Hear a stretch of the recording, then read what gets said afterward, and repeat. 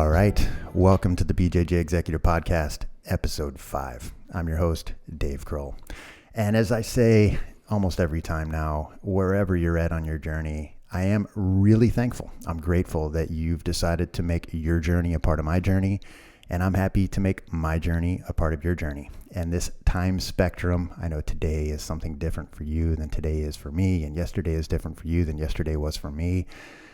But I hope that you find this valuable, and I hope that you can use the information that we throw out here as a supplement to your training and as a way to extend the longevity and as a supplement to your longevity. And once again, just kind of thinking through what the right way to tee up this week's podcast was. And a lot of times this is something that kind of comes to me at the last minute. And once again, as I thought through how I met today's guest, it kind of just sort of started flickering. And it goes back to the reality that jiu-jitsu can straight up change your life. And I think a lot of people that are listening to this podcast are obviously kind of at a phase in their jiu-jitsu. You're probably not a world champion. You're probably not a gym owner, even though we've had a lot of gym owners and world champions on so far. So you're looking at this as, what can jiu-jitsu do for me? And am I getting the time in that I need on the mat? And it's a fact. I mean, like, jiu-jitsu can straight up, physically, it will transform you. It will take and mold muscle. It'll melt fat.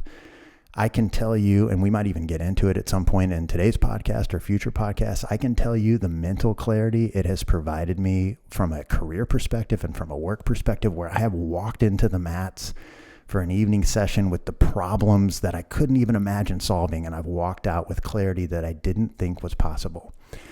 It can provide a path for emotional clarity. It can provide a spiritual path for you.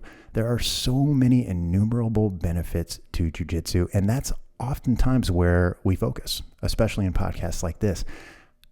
However, none of that matters if you don't have your priorities straight. If you're not prioritizing the time that you've got with your family, if you're not prioritizing the growth of your profession or the growth of your career, or basically making sure that those ratios and those throttlings and those pie charts, I guess, are set in the right direction, then jiu-jitsu doesn't matter. Jiu-jitsu is not going to spend time with your kids. Jiu-jitsu is not going to go on date night for you. Jiu-jitsu is not going to write that email or write that presentation that you're delaying on. And so if you're relying on jiu-jitsu for that, then I'm probably not the guy to talk to.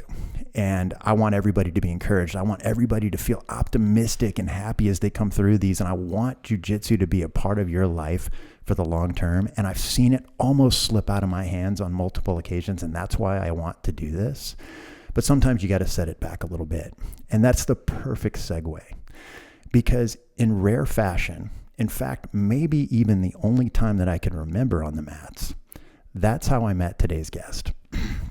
And he's an anchor in our gym. He's an anchor, certainly in the morning class, the infamous morning class, which we'll talk a little bit more about. But in one of our first meetings, which we could get into in a little bit more detail, I specifically remember the commentary around jiu-jitsu is going to be here, man. The mats are going to be here, but your family might not. Watching your daughters grow up might not. And that always stuck with me. And so today I have on husband first, father first, and jiu-jitsu black belt, 5 black belt, newly minted, Ryan, quote unquote, Cramer, last name Cramer. Mr. Cramer, what's up, my man? What's up, buddy? Good to see you. You know, you mentioned time being different. That's a note I took as you were saying that. So different for us because, man, I'm used to seeing you like rolling right out of bed. Yeah. Throwing our gig on, getting after first thing, first thing in the morning. So awesome to see you mid-afternoon. I know. For us. It's crazy. Obviously, our listeners, you know, and they may be listening any time of the day. But might be night.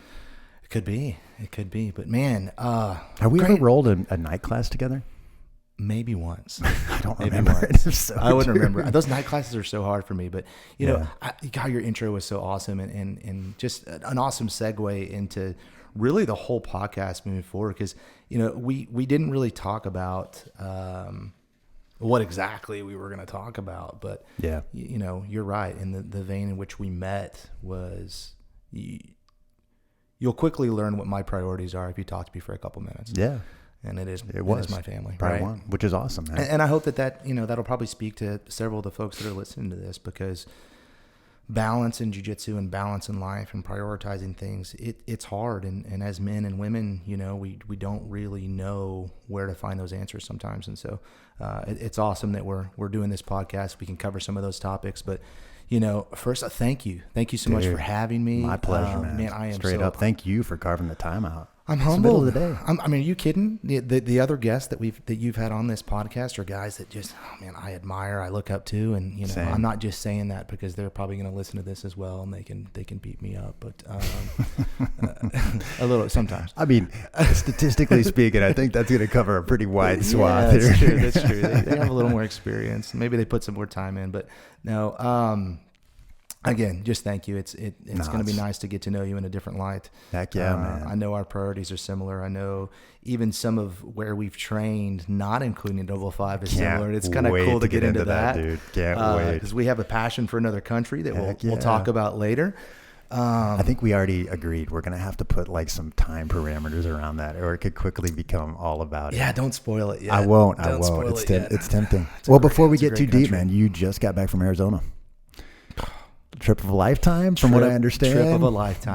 This is football related, or this is golf related. It's football related. So a few weeks ago, you know, we'll get briefly into my career just for a sec because it's relevant to this story. But I'm a GC, and I do most of our work in the multifamily space. I'm not going to do it. You know, no business plug here. But a few weeks ago, my pro account rep with Home Depot reached out and said, "Hey Cramer, you know, I've got this awesome opportunity that you might be interested in. You know, give me a call."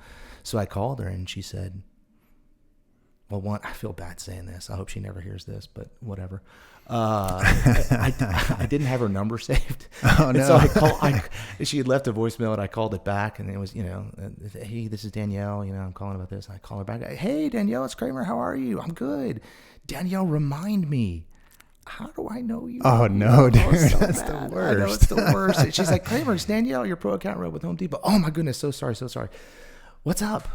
"Well, I was going to see if you wanted to go on a VIP experience that we're doing out to the Fiesta Bowl." I was like, "Say no more. I'm in." She's like, "Well, do you need to talk to your wife?" And I'm like, "Nope, I don't. I know my wife's going to say yes. I know my wife knows this will be a trip of a lifetime." Mandatory to go. And so, you know, again, man, it's just another example of God's blessings on my life, where Home Depot paid for me to go out and have a VIP experience. For the Fiesta Bowl. Who were you with? Who was I with was it just on the you? trip? No, Yeah. There was a handful of us. There was some like contest winners and some other people that spend a lot of money with the Home Depot. But you know, there was a small group of about like 15 of us in total.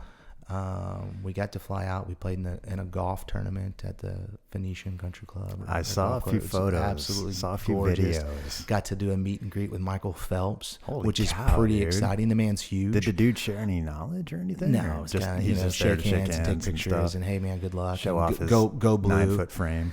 He's huge. Yeah. I'm not a small guy, but if you saw man. pictures, You're like easy 6 foot. he made me look tiny. I didn't see any photos. He did. Yeah, I've got a photo of us, and he made me look tiny, but was a super nice guy. Seemed like a very humble guy and genuine at that. And I know the meeting was only just a couple minutes, but it was pretty cool. And then, you know, got to ride in the college game day, you know, powered by the Home Depot bus to the game. That's all starting to come together now. Yeah, like because I saw that, man. I'm like, dang, what the heck, man? Who's Cramer hanging out with at night, man? Like, just in the right place at the right time. That is awesome. Yes, it was cool. And because college game day, I mean, it's freaking huge. Yeah, not everybody is a college football fan, but I mean, mean, may not have been like a police escort. What? Escort for the buses. That's what we had to wait in traffic. Dude. It was cool. We had great seats, and then. The kicker was, you know, you never know how these bowl games are going to be, right? But it is a college football, the semifinals and the college football playoffs. Local team. TCU versus Michigan. So there's a ton of Texas folks, which is exciting. I'm from Texas, right? So do you have any connection to TCU? Not to TCU. No, I've got friends that went there. I went to University of Texas, San Antonio. But I'm a Texas guy, so I bought a $20 TCU T-shirt so I could support the team. That's and cool. then I witnessed probably the best game I've ever seen in person. That was good. I watched it. And the energy in the game was just fantastic, man. It was so much fun. I took my brother-in-law with me as my guest, and he's a Baylor guy, so he doesn't like TCU at all. Yeah. They're like, rivals. That right? might be where I'm at in life. But man, we had the time of our lives, and got back late Sunday, and so didn't get to spend New Year's with the family, which is upsetting, but it was a trip of a lifetime. So my wife and it's cool kids that they all obviously understood it. Obviously, Oh my gosh, yeah. So I'm back. I had my fun for the weekend, and then was back on the grind Monday. That's it, man. That's it.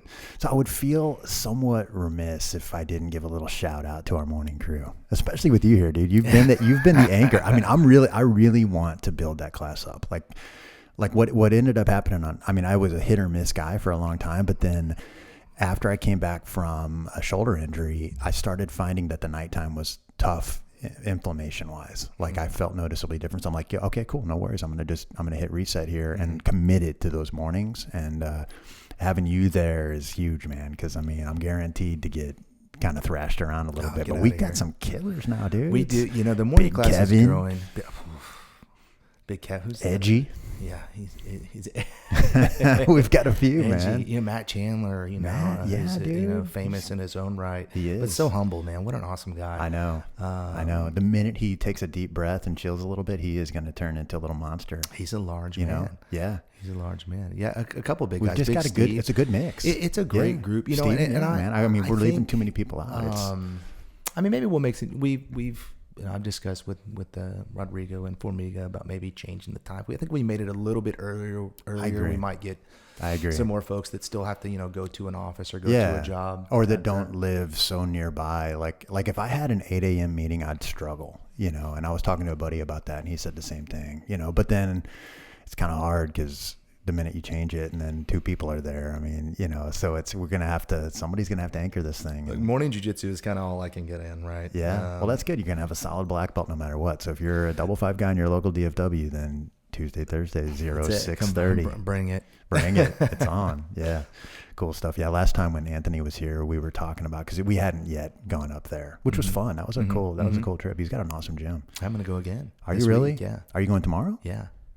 Okay. Yeah. Sorry. That's good intel. Yeah. Good intel. I'm glad I know that. Well, it's business related too. We're going to go check that's out right. a He said you guys were property doing a little work. Yeah, we're going to look at some stuff after training. That's awesome, dude. His story was cool. That was fun chatting about. He's awesome.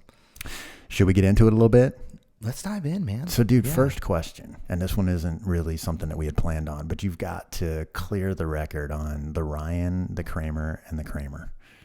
Okay. Cramer being the middle name, because Cramer's kind of the nickname. Well, I heard JP call you Ryan on Tuesday, and I'm like, dude, you guys are pretty close. So I'm like, am I missing something? Do I need to switch things up here? Like, JP, if you're listening, I thought that was weird too. I'm glad to hear that, dude. It's like there was Ryan, JP something about Ryan. Shout out, Sour Apple Sniper.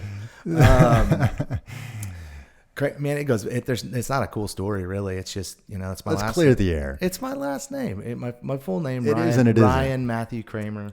But growing up, my best friend was also named Ryan. Gotcha. Ryan Hargrave, Ryan Cramer. Okay.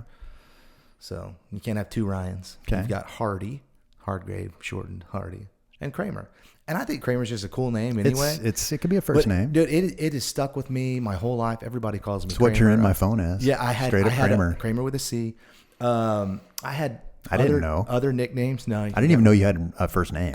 Honestly, dude, I had no idea. I introduced myself as Cramer because more often than not, that's what someone's going to. If someone that knows me is going to call me Cramer anyway. Yeah. So I noticed that to reduce the confusion. Cramer it is. That's My cool. wife calls me Cramer. Wow. She met me in a gym. We'll talk about that later Cramer. too. Cramer. Cramer. It was a funny story. Sounds like a TV show. Yeah. Like 10 years ago, planning our wedding. Does anybody call you Ryan? Very other few than JP? people. Professionally, professionally people. Okay, call me professionally. Ryan. Okay, that's cool. Professionally, that's cool. But not everyone. But we were, I think we were at Bed Bath and Beyond or something, and talking about getting towels. Okay. She's like, "Should we get these monogrammed? We can Sounds have." productive. Yes, of course. Right. I don't know if we'll have time. We're at. I think it's Bed Bath & Beyond. It doesn't really matter. It's like over 10 years ago. And my wife says, should we get these towels monogrammed? I was like, I don't know. She goes, well, I mean, it could be kind of cute. We could have BC and CC. I was like, CC? She's like, great. Oh my God, I forgot.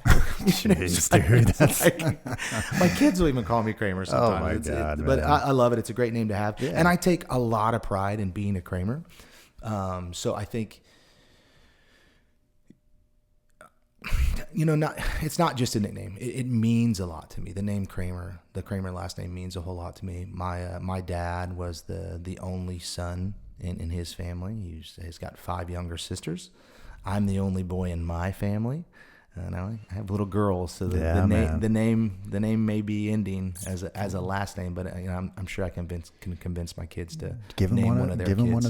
Give one of your daughters a nickname and let them take it as their first name. Let them take it as their first name. Yeah, but a Cramer, just being a Cramer it's also a badge of honor and awesome. Pride for me to be a Cramer. I'm very proud of my family. So I love being Cramer. And again, I think it's a cool name. So. I love it, man. I'm glad we cleared the air on that. But let's take it back a little bit. I mean, I think from what little I know of kind of where you came up, I mean, small town Texas, big town Texas. I know you're a Texan in general. I am a small town boy. Like not like Friday Night Lights, small town? Yes, like Friday Night Lights, small town. Really? I grew up in a town, shout out, Sonora, Texas. Okay. Little bitty small Proximity-wise, where's that at? It's about 5 hours from here. We're in DFW, by the way. You can get out there in 5 hours. It is, man, to describe where it is, it's 2.5 hours west of San Antonio on Interstate 10. Okay.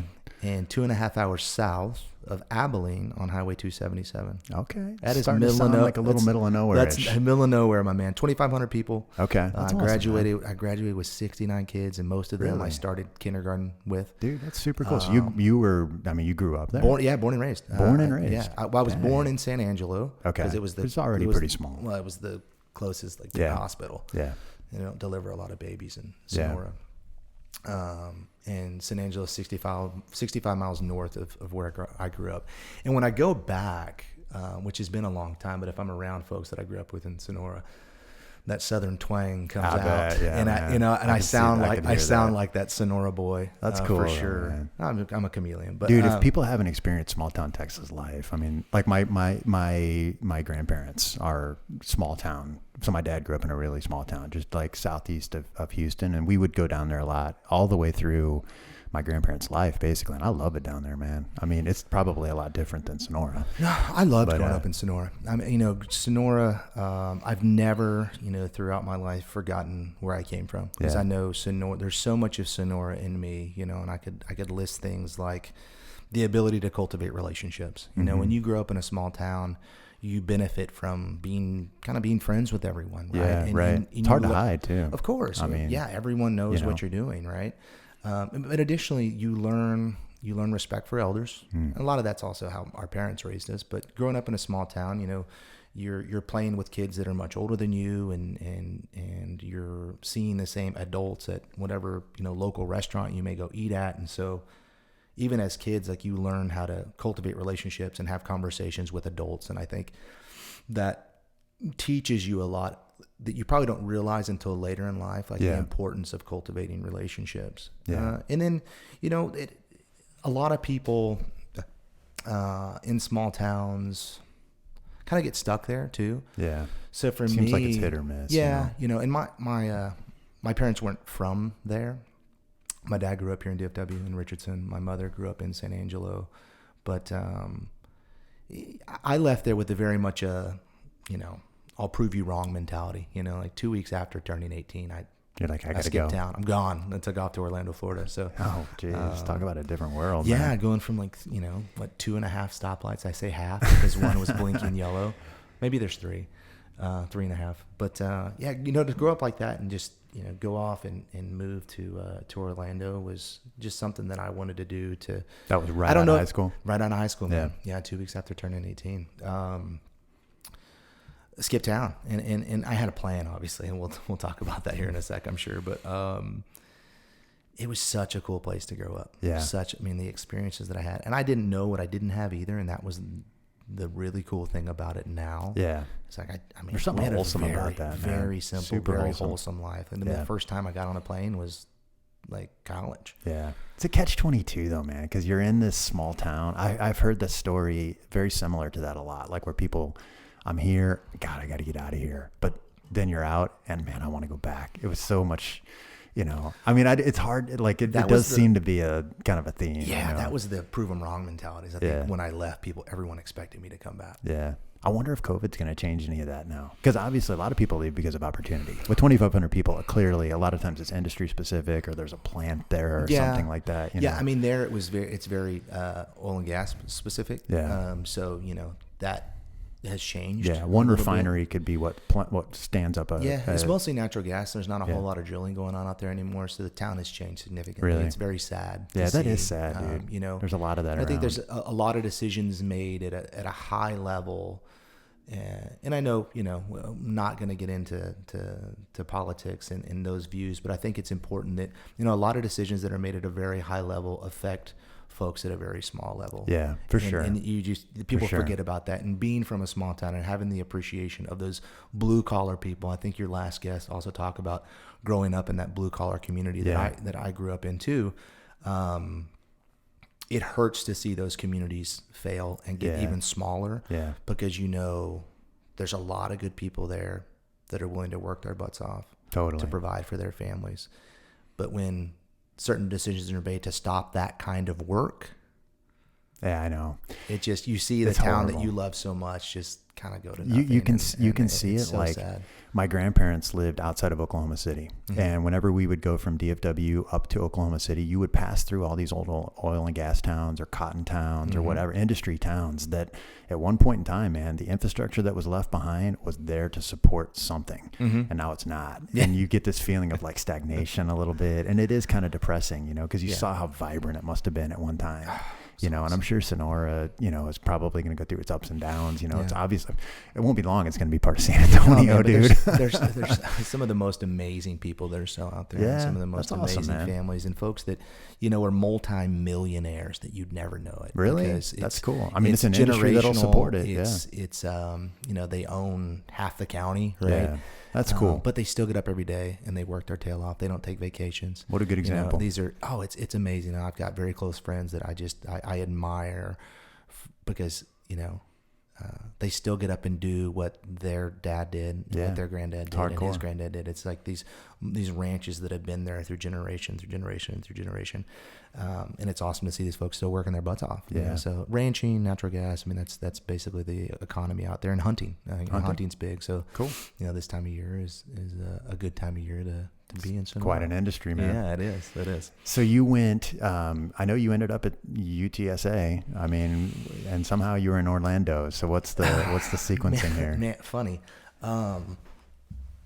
So back to Sonora just for a second. So cool. You are provided with a lot of opportunities growing up in a small town like that to play sports, right? You can play everything. Yeah. And you can, you know, like it's not really tryouts. You got an in. You're just trying to fill a team. I guess so. Yeah. Well, 69 people, dude. I mean, like I think that that's like third string at the local high school for football, dude. It's 69 of them. You know, so growing up, I mean, I played everything, but I wasn't, you know, physically blessed to be great at anything. I graduated high school at 5'6", like 120 pounds. Oh, well, there was you're gonna have to fill me in on the rest, dude, because somehow there's another 100 pounds. Yeah, I know. It's weird. I got some funny stories for you. I was a late bloomer, but you know, that taught me a lot. You know, because I got to play everything. You know, I played golf and baseball and basketball. I didn't play football again because I just got destroyed by everyone. I was so tiny. Yeah, just the size. Yeah, and it didn't matter. Like, you know, I couldn't play because I was just terrible. Yeah, so, and all the other sports, I had the size. Like, I out hustled everyone. You know. And it's a lot of like, I still have that mentality in me. Yeah. You know, something to prove, something to grind out. Well, just like you won't outwork me type of mentality. Well, and my dad always told me like, dynamite comes in small packages. Yeah. That's a good one. So I loved it, man. I still hear it to this day, even though I'm not that small. You feel it, you hear it from him? I still feel it. You know, I still feel, of course I hear it from him. But it taught me a lot because I got to play all those sports and again, I wasn't blessed physically or really athletically. I bloomed in like my 20s. It was really weird. It's like to go back, like what happened to you at like 22, you know, like 20, 21, you started growing. But it was really fun to grow up and just, it created some grit about me because I was so small, you know, and I think had I been my size then, or even the size between then and now, I probably wouldn't have been able to handle it. I think my ego would have gotten the best of me. So it taught me humility. Yeah. The concept of given versus earned. You know, it's exactly. a big one. Like just a grind. I mean, I would, again, just out hustle everyone. You know? It's a good mentality to have. Yeah. I mean, it'll serve you in basically every element of life, right? Absolutely. You know, hustle creates luck. I've always said that. You know, like a lot of people say, man, you just kind of found your way in. It's like, no, I hustled. You know, yeah, I got lucky, but you know. But my passion growing up was golf, man. We had a little bitty 9-hole golf course. That produced some pretty decent golfers. Man, we went to state my junior and senior year. Really? Took second both years. Dang, we should have won my that's senior crazy. year. Well, what do you do with a 69-person class, man? You do a single sport, you do a like single golf. Sport. You know, you play golf. How does golf have a lineup? I mean, you take 5 players. You take 5 players. Okay. Players I actually have no idea. You take 5 players. Okay. And you take the 4 best scores. Okay. Right. Okay. So that would be the team score. That would be the team score. That's the total score. And then, and of course, there's individual medal too, right? And individually similar to wrestling. I mean, yeah. So there's a team aspect to it, but you can't. If you're not doing well, you can't like lean on your teammate. Yeah, right. Like you always guys feed off of each other. I mean, if you knew, well, you didn't play together, right? So you would be paired up with, like you would be ranked from 1 through 5 on your team, right? Okay. 5 being the worst. Right? Okay. So the 5th player. I got a feeling I'd be like number 7. Yeah. So the 5th player would play with, the 5th ranked players from the other teams. Okay. Right. I gotcha. And you would play in foursomes, but you play in the 5th ranked player, 4th, 3rd, 2nd. Makes sense. 1st. Okay. So forth. That makes sense. So sense. the top guys are always playing with the top guys. And often golf's one of those sports where you typically play better with better players. I can see that. You kind of play up to your competition a little bit. Especially if you're skilled. Yeah. Yeah. And so keep the pace that you're used to, you know. Yeah. So that's so golf is what took me to Orlando. Okay. Golf is something that I talk about a golf mecca. Yeah, that was the place to be. Yeah. Especially, I grew up on a little 9-hole golf course. Oh, dude. So also, you Orlando, probably couldn't play year round. Yeah. Could you play year round? You could. I mean, my dad and I would go play. I mean, it'd be frozen outside, and we could play. Like that's awesome. Sounds like how my I dad. spent time with my dad. Yeah, he'll hit it in the 40s. I can't hit it, when it's 70. So I'm not even gonna try when I can't hold my club. We'd golf on Christmas Day and dang, that's awesome, man. And Thanksgiving. Yeah. On your 9-hole course, yeah. Exactly. That's we just cool, man. play it over and over and over. Yeah, man. Well, 9 could be multiplied. Exactly. So. And that's what we would do. So that's what took me to Orlando. I wanted to pursue a career in golf, and so I went to a golf school in Florida where I studied golf. I have a degree in professional golf operations management and teaching, which is cool. Weird. Something people probably don't know about me.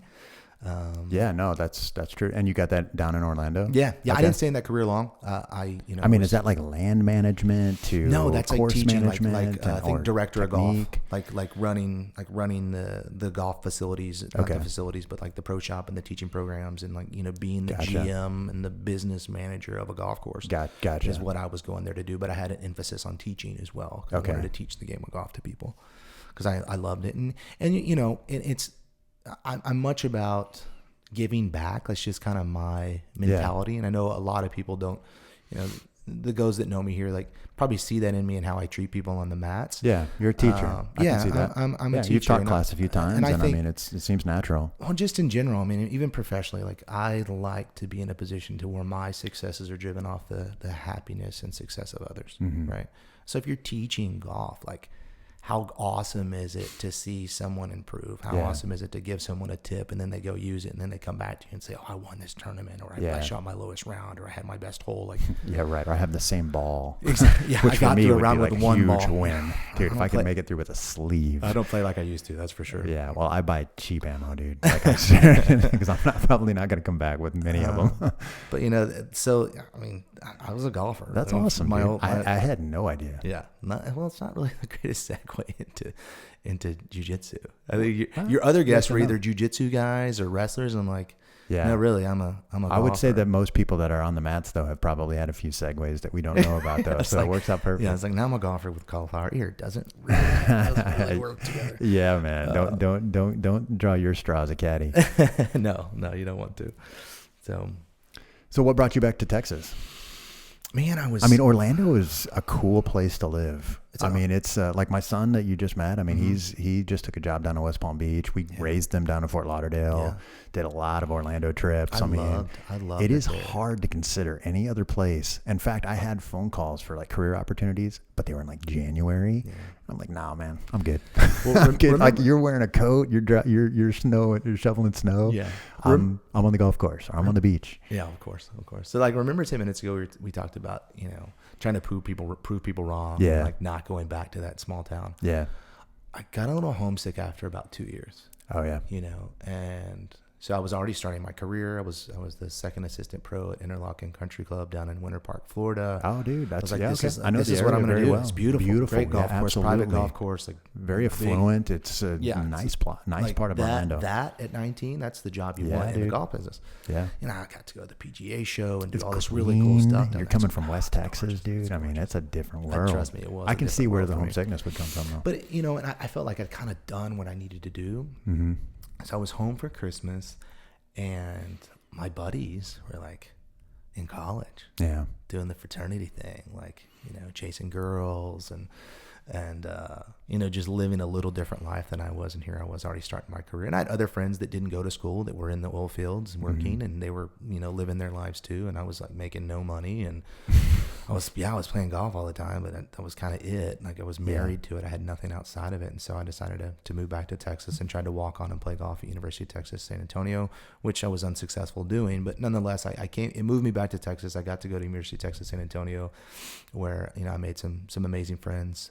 I still have friends that I went to college with in Florida too.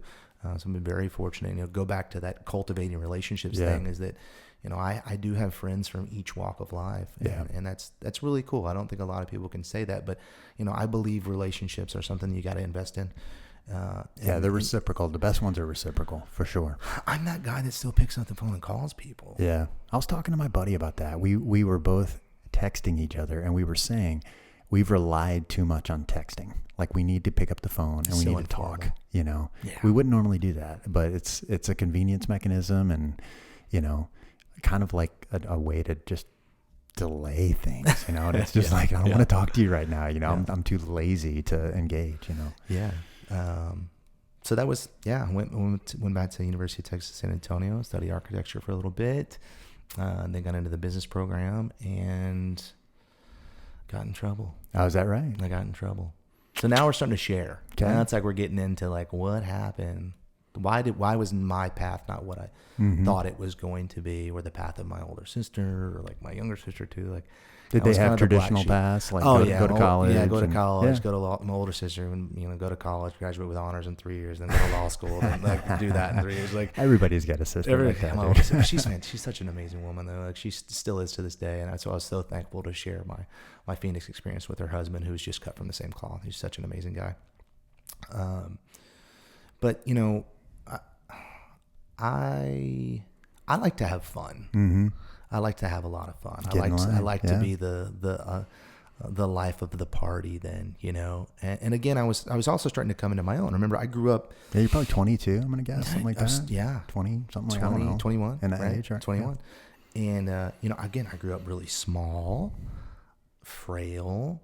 I was starting to grow a little bit. I was, no longer did the girls just want to be my friends. And, I started dating a lot and like having fun and partying. Well, it got the best of me, and I don't regret saying this, because it's something that is over time played out into the way my life was designed to play out. And it took me a long time to get to that, but I got a DWI on campus, and I picked up a second job, and I paid for my attorneys. And I got expensive, very expensive, especially when you're going to college. Yeah. And mind you, my parents were paying for my school and paying for my housing. But the spending money and the party and the food and all that was on me. So I had a job. I was already working. But then you take on this like several $1,000 expense. Dude. I did all that. I paid it all off, and I did my community service, and I was like, oh, I'm scot-free. I never told my parents about it. Mm. Right, because I knew, like, if I got in trouble, all that other stuff is probably going to get cut off. Show up. Probably going to get cut off. So So sure enough, Dave, I get a phone call from my dad one day. Hey, bud, what's going on? I don't know, nothing, Dad. Just left class. And something you want to tell me? No, not at all, man. Nothing good. Just, just living it up, Dad. Just living the dream, Mm-hmm. So you want to tell me about that DWI? What? What are you talking about? What are you talking about? And I guess the insurance gone up. He was still paying my car insurance in my vehicle. Well, yeah. And our parents were like, that'll do it. We weren't. My parents they always gave us everything we needed, not necessarily everything we wanted. Yeah. And I think then at the time, like we had everything we needed, and so they were going to pay for our education. As long as we didn't screw it up too bad, they were. So I screwed it up, right? So it was like, all right, dude, there you go. You're moving home. Pack your bags. If you can afford to stay in school and pay for all this other stuff, then stay. If not, pack up and move home. So I packed up and moved home. Gotcha. Remember? And you know how hard that was for my bride? Oh man, I'm sure. Because I'm sure. Kind of a walk of shame. I I'm sure. told everybody, the pickup truck with your sea bag. I'll prove you wrong. Yeah. I'll never come back. Yeah. I mean, of course, you look back 20 years later, and I mean, it's a part of your fabric, it probably, you wouldn't have had some of the successes, I'm sure, if it wasn't for some of the stumbles, obviously, right? In no way. But that's not your perspective as a 22-year-old. No, not a chance. So, and that was, so I went back and kind of started doing the oil field thing, man. Yeah. And was it an easy transition into the oil field? I mean, were these things, was it something that was ready for you? Yeah. My dad was, you're a local boy, obviously. And then my dad had kind of worked his way up too. And he was, that's not an easy industry to, cut your teeth into. I mean, I know plenty of people that are out there right now that are from all different walks. I mean, from the sandy fields up in like Calgary to offshore. And I mean, it is a grinder. From what I understand, anyway. I mean, I've obviously never been in it, but this is a long haul from Winter Park and from this. I was working UT hard, San Antonio. I was doing kind of some of the crap jobs, like in my teens in the summers to make money. But, cool. When I moved back, my dad was in a position of influence for a large company out there. He was in. My dad and my best friend, one of my other best friend's dads, were in charge of all drilling in the area. So that's a pretty affluent job for that area. Yeah, I'm sure. So for me to get a job like out on the rigs wasn't going to happen, and I got an awesome sales job with a well servicing company, and so I came right back into a sales type job, which was a great job. A little wine and dining, and it was fun. So it wasn't, that transition was different. That was kind of the on ramp then, I guess, into what is the energy field that I mean, that's kind of how I knew you anyway. Yeah, but it wasn't. I think it was I don't know. Do we want to get into BJJ yet? Because a lot of, even like when does BJJ start? I mean, you tell me. It starts then. Okay. And did you get up to Dallas? Did you start down? No, you started down there? No, it starts then from a psyche perspective. Okay. I think like needing something. First of all, did they even have BJJ down there? Of course not. Of course, I had zero combat sports background. Like we talked about my background. I was little. Like no wrestling, none of that stuff. Like if WCW is combat sports, in the backyard, I did that, wrestling with my little sister, Acorn Wars, and being tossed around by my friends. Because growing up in a small town, like you get, and I was little, so I got beat up all the time. It just made me tough. So what was it that drove you towards? I mean, you mentioned psyche. I mean, what is it about BJJ that kind of had the calling for you? I mean, we all have our own little unique stories, but July 27th, 2004, I was in a horrible car accident. Okay. So again, I moved back home because I'd been in trouble, right? I moved back home, had my DWI, I was working. And at this time I wasn't in the oil field. I was working out on a ranch about 20 miles west of Sonora. So really middle of nowhere now. Straight up remote, like no cell phone service. And we were out. I won't get into the details of what we were doing out on the ranch, but it was very manual labor, but it was fun and it paid a lot of money. And I was, trying to make a lot of money so that I could get out of my parents' house and go press play again on the life that I had pressed pause on before because I got in trouble. So, and middle of the day, it was like 11 o'clock. We were coming down this big hill, and the brakes went out in this old Willis Jeep that we were driving, like our ranch vehicle. My buddy James Elliott was driving the vehicle, lost control of it. It got like veered off into the pasture, and I was thrown out of the vehicle, and then the Jeep rolled, and it rolled over the top of me. So yeah, I broke my pelvic bone, tailbone. I ripped open. I don't want to get too graphic, but ripped open my scrotum, ripped my urethra for about 1/4 of an inch below my prostate. Wow. Yeah. Couldn't walk. You got tossed from a Jeep. Yeah, I got thrown from a Jeep, and the Jeep rolled over the top. Mangled over the top. Yeah. You know, but it landed right on my rear end. So, you know, like an inch higher, it breaks my back. You know, an inch lower, it breaks my legs. Yeah. But it landed like right on the meat of my body, like right on my tailbone, broke my tailbone, my pelvic bone on my right hand side. And that still I have some limitations because of that in jiu-jitsu now. Like, you know, my flexibility is horrible. Yeah. I'm pretty torn up down there. Yeah. But that was kind of the start of a very long road for me as a man. Well, first of all, I mean, how did you get to a hospital? Well, I mean, go into as much detail as you want, but I mean, if this pulls I'm happy on to a share thread, it all. then, Yeah, it's because it's an inspiring story looking back at it. You know. Yeah, I mean, you're in a ranch in the middle of nowhere. You just got mauled by a freaking Willie no cell phone Jeep. service. I mean, yeah. I can't feel my legs. Yeah. I look down and I'm covered in blood from, you know, like my belly button to my knees. My pants were ripped, and I knew something was bad. Like I just knew it was. So you're conscious? I was conscious. I didn't go unconscious through any of it. Wow. You know, I knew it was bad, and I was probably not. I wasn't calm, but I wasn't in a panic yet.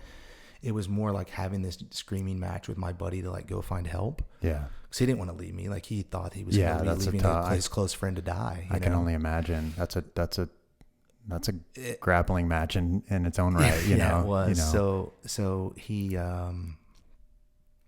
he had to just leave me there and go find help. Wow. And there's not a lot of people out in that area. Yeah. And the Jeep happened to land back on its wheels. So it was drivable, but the axle was on the jack. Like, you know, and I don't know how long, he was gone. I have no idea. Like Black your aspect of time. In and out of consciousness. And this is, you know, very, very meaningful moment in my life because I think I've experienced something that not many people have, and that was the very first time in my life that actually I felt God. It's July 27th, 2004, middle of nowhere, West Texas. It's 110 degrees. Yeah. Maybe hotter. You know, it's and I felt I felt this cool breeze come over me, and it just calmed me. I felt a cool breeze. It gives me chills talking about it now. Yeah, me too. Hearing it. And it was like, you're going to be okay. You're going to be fine. And I just waited. And I wouldn't look at my injuries. I wouldn't touch my injuries. I just knew it was bad. And I don't know how long it was that they came back. He came back with 2 Hispanic guys in a flatbed Dodge pickup truck. They put me on the back of this truck and they hauled butt to go get cell phone service. Yeah. And, ambulance. First person to show up was a DPS officer from my hometown. Did he know you? He did. Yeah, of course. Did. Yeah, everybody knew me, right? Yeah. Early showed up, and Trooper Early, and said, "Ryan, how is everything?" Well, I said, "Not good." Yeah, you're missing a couple things. I said, "I think I broke my privates and pooped myself." And he just laughed because I was still the same. I was still joking, like being funny, but I knew it was bad. And he's like, "Well, we've got help on the way, man. Like, just stay with us." I was like, "I'm all right. I'm good. I'm fine." And the ambulance got there, and of course, I knew all the EMTs too, right? Yeah, man. Like, this is the hometown I grew up in. Yeah, there's no hiding, right? There's no hiding, and so I mean, it's about a 30-minute drive from there back to my hometown to the hospital, and 30 minutes of remote driving versus 30 minutes of driving. I mean, it probably take me 30 minutes to get to your house. It's little like 2 miles away. Like a 1-lane road. Yeah, this one's that's a long 30 minutes. Yeah, we were already off the dirt roads, and so we were on a paved road at this point. But there's still cattle guards. There's still large bumps. There's still big turns. Yeah. And then you get on I-10. So they did, after a few minutes, you hop on Interstate 10, and you're another 15 minutes into town. Town has a hospital. The town has a hospital. The Lilium M. Hudspeth Hospital, and I was working Sounds on the like you Lillian know M. that pretty well. Hudspeth. Well, it was the ranch. I technically was an employee of the hospital. I was really? working on the Okay. ranch. This is a trust for the hospital. Okay. And so, you know, I just remember it being bad, but I heard over the radio them call for the medevac. Really? Like helicopter medevac? Yeah. Like, you know, get the medevac ready. Yeah. We'll have a patient, like, should be in critical condition. I thought it was just like, I'm fine, you know. Yeah, dude, you're joking. Adrenaline was through the roof. You I got guess. Trooper Early here, your old childhood buddy, and you're fucking telling jokes. And you know, I get in, and again, just the blessing of growing up in a small town. Yeah. When they wheeled me out of the ambulance to take me in, they take you into, you know, like the emergency room first, right? To like have a doctor look at you. My family was already there. Really? How did they find out? They heard about it on the police scanner. Really? You know? Yeah.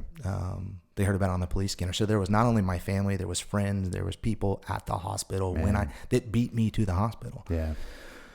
I get there, the doctor looks at me. I see my dad walk into the emergency room, and I've never seen my dad turn pale and just turn away. Yeah. You know? And I knew that was another moment like, oh God, this isn't good. Yeah. So, you know, then it's like this cool sports story where, you know, they wheel me out of the ER down the long ramp to the medevac, the helicopter. And I remember the helicopter's an EC-130. I knew helicopters at the time, and it's a story I won't get into. Eurocopter EC-130, beautiful copter. Yeah, gorgeous. And they wheel me out, and really, like in a movie, man, the sidewalk is lined of people. And I'm in the stretcher, covered in blood, like fighting for my life. And I'm like giving people the thumbs up, like a player being carted off the field. You know, I got it, coach. Yeah, I got this. And so then I spent a couple nights in the ICU. I was medevac to San Angelo, spent a couple nights in the ICU at Shannon Medical Center. And then another 3.5 weeks in the hospital. And bam, there's my introduction to BJJ. Why? Because there was nothing on TV.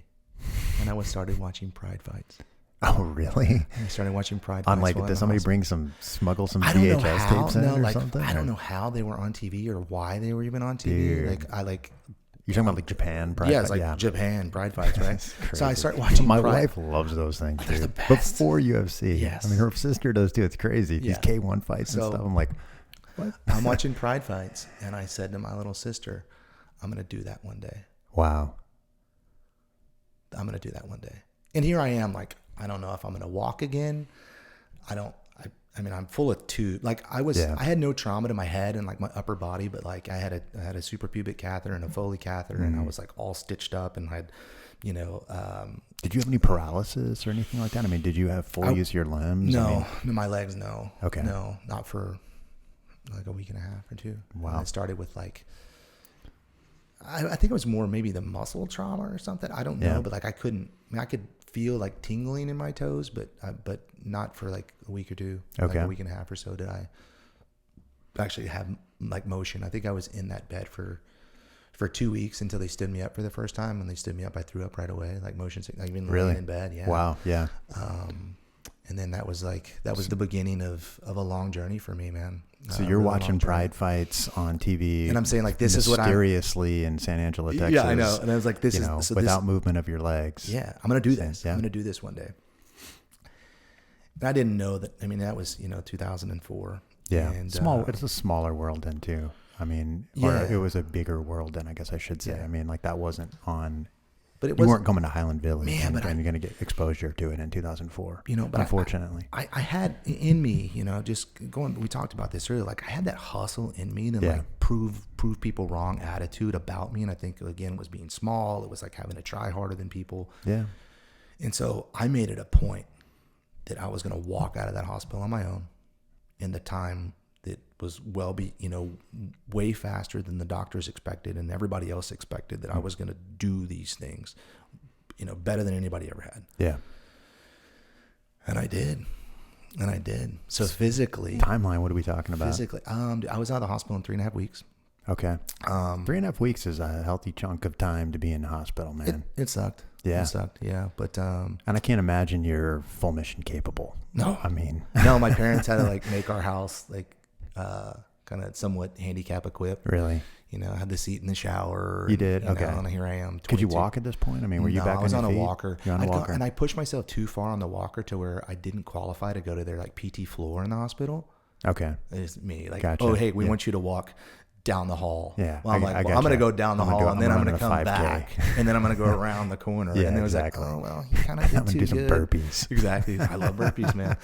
Whole different story. Then it's like, well, yeah, you know, so we're going to have to discharge him. Right. And so they sent me home, dude. And, yeah, that's when it like got bad because I healed physically. And then I got back, like, you know, I was, you know, later I had 9 surgeries in the first 7 months. I was under anesthesia 9 times in 7 months trying to repair my urethra so that I could pee again on my own. And then, I mean, I didn't pee on my own for a year and a half. Really? Yeah. That was crazy. Yeah. That's You're 22 years old. A year and a half. Yeah. A year and a half. You know? Wow. So all that stuff healed, Dave, but I was too young to process like what had happened emotionally, and that's when like the bad things started for me. And like little dark demons. Voices. You know, drug use and wow. and drinking every day, and like even you know my little sister convincing me, like laying outside the door of the bathroom crying because I was in there about to commit suicide. Really, you know, like dark things and stories that I've really not told too much. Yeah, I mean, look, you're a prideful guy. You've had a pretty good healthy dose of life at this point. You're still young. You're 24, you said? Yeah, and I was 22. 22, and it's just kind of taken away.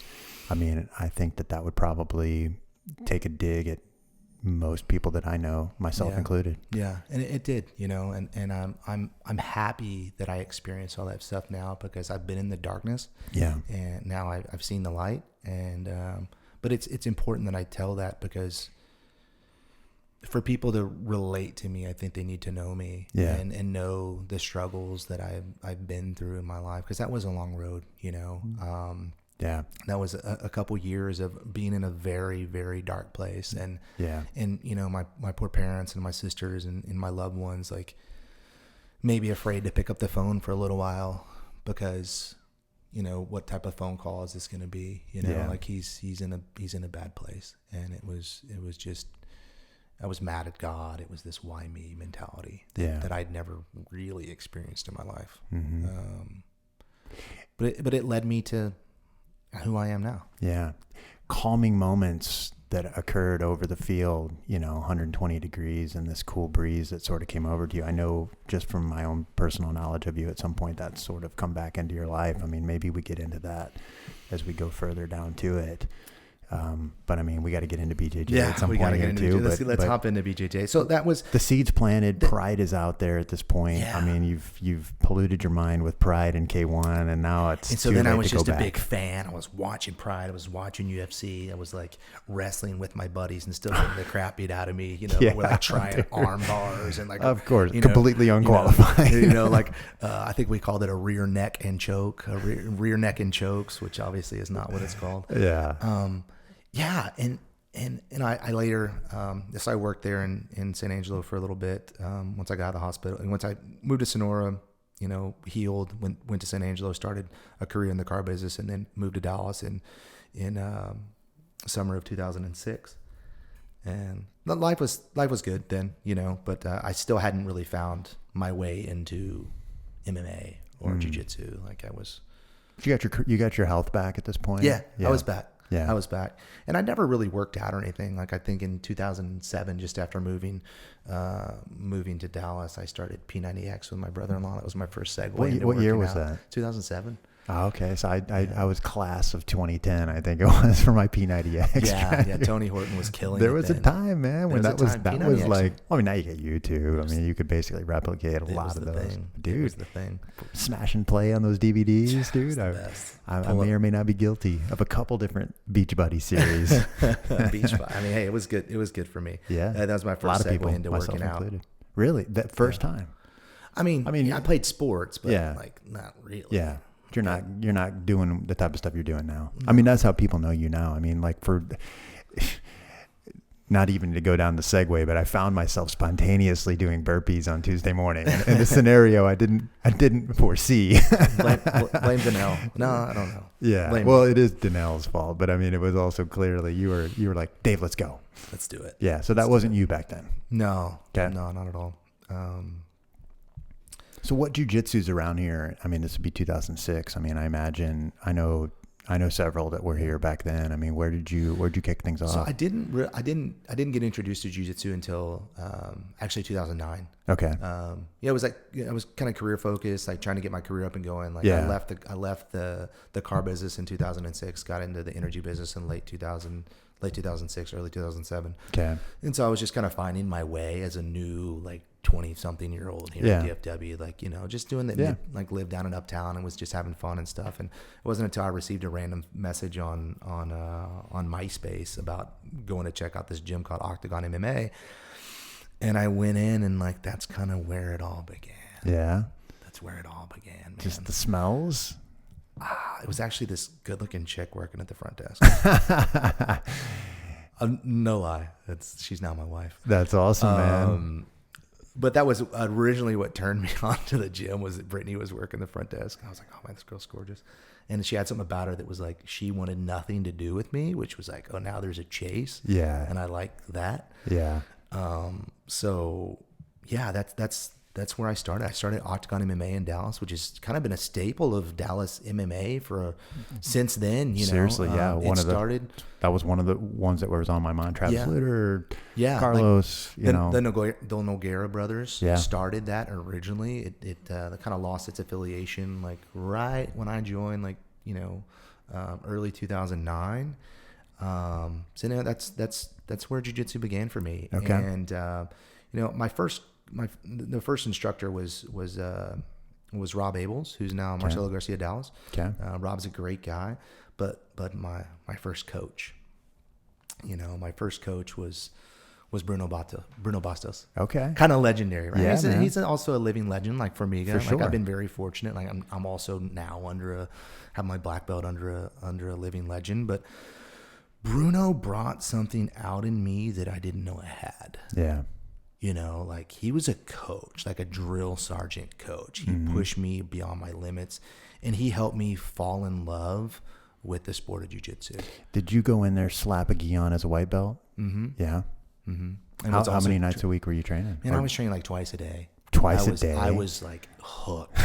Give me this. And I was also doing, how much of that was the receptionist? Obviously you married the receptionist. Yeah, it didn't take long before we were dating and living together and all that. But, it helped, Bruno helped me fall in love with jiu-jitsu, and my wife helped me fall in love with jiu-jitsu too, because she was a big part of my time there in the gym, and she started training jiu-jitsu too. She was there training Muay Thai when we first met, and she's awesome. She's got fantastic stand-up, and she's also a blue belt, but hasn't trained in 11, 12 years.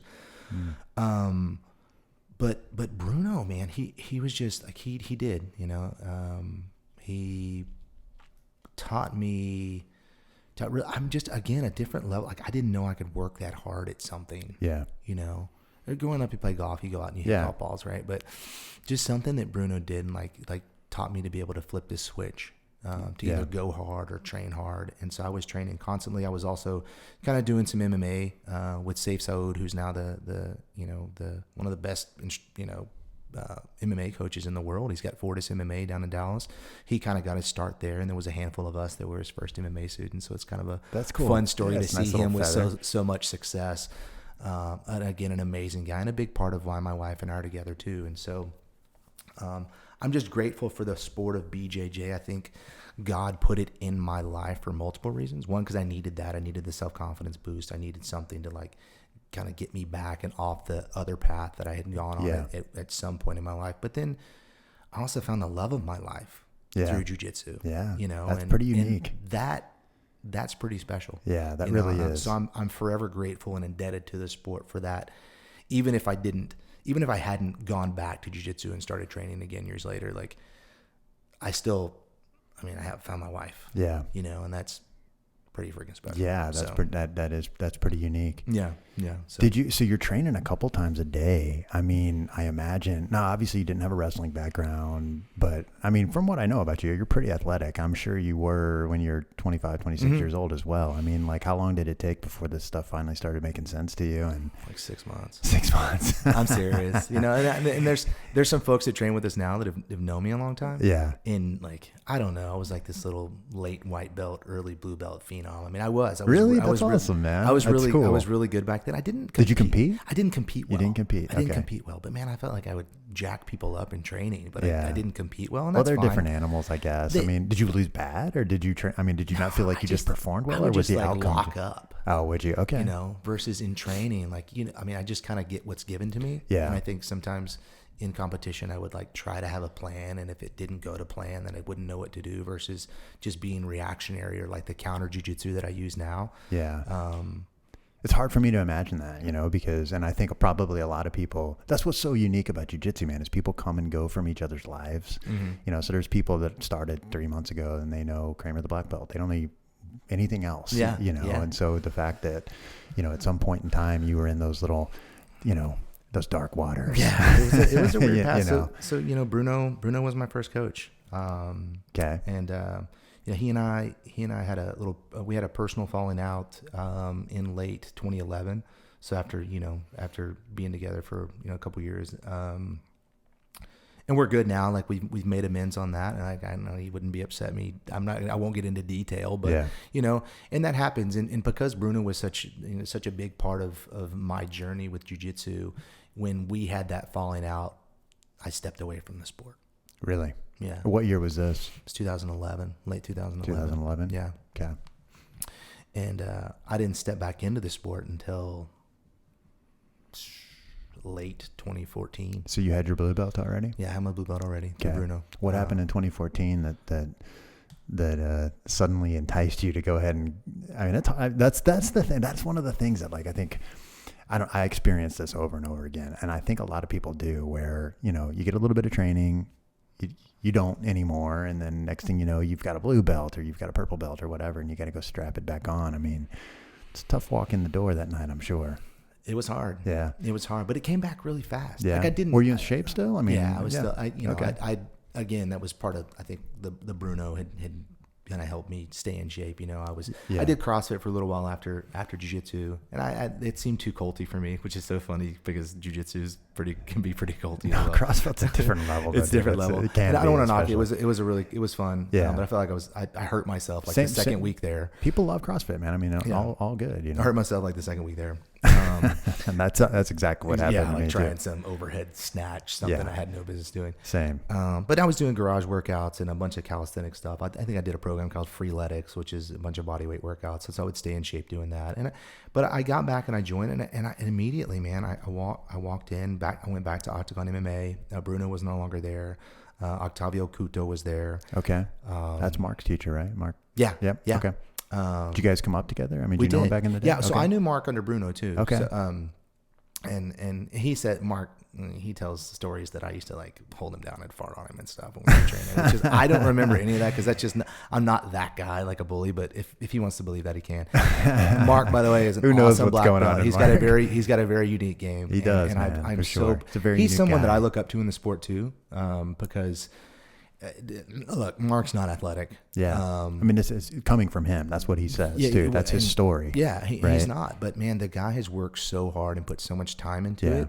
And it just goes to show, like, if you work at something long enough, you're going to find success in it. And Mark has found that. He's been on the podium at, like, everything, right? Yeah. I mean, now he's getting into, I don't think he's gotten on a podium yet at black belt, but he will soon. Yeah. I know he will because that's what drives him is to succeed. And again, much like myself, like, to prove people wrong, you know? And so Mark, I love him to death, man. We got to get him on at some point because there's a whole subset of the population, maybe even more than a subset of folks that are just like, dude, I can't do jiu-jitsu. What are you talking about? You know, like and Mark's story, self-professed. I mean, he will have to tell it for himself, but I mean, to paraphrase a little bit is that, I mean, like I wasn't athletic. I was,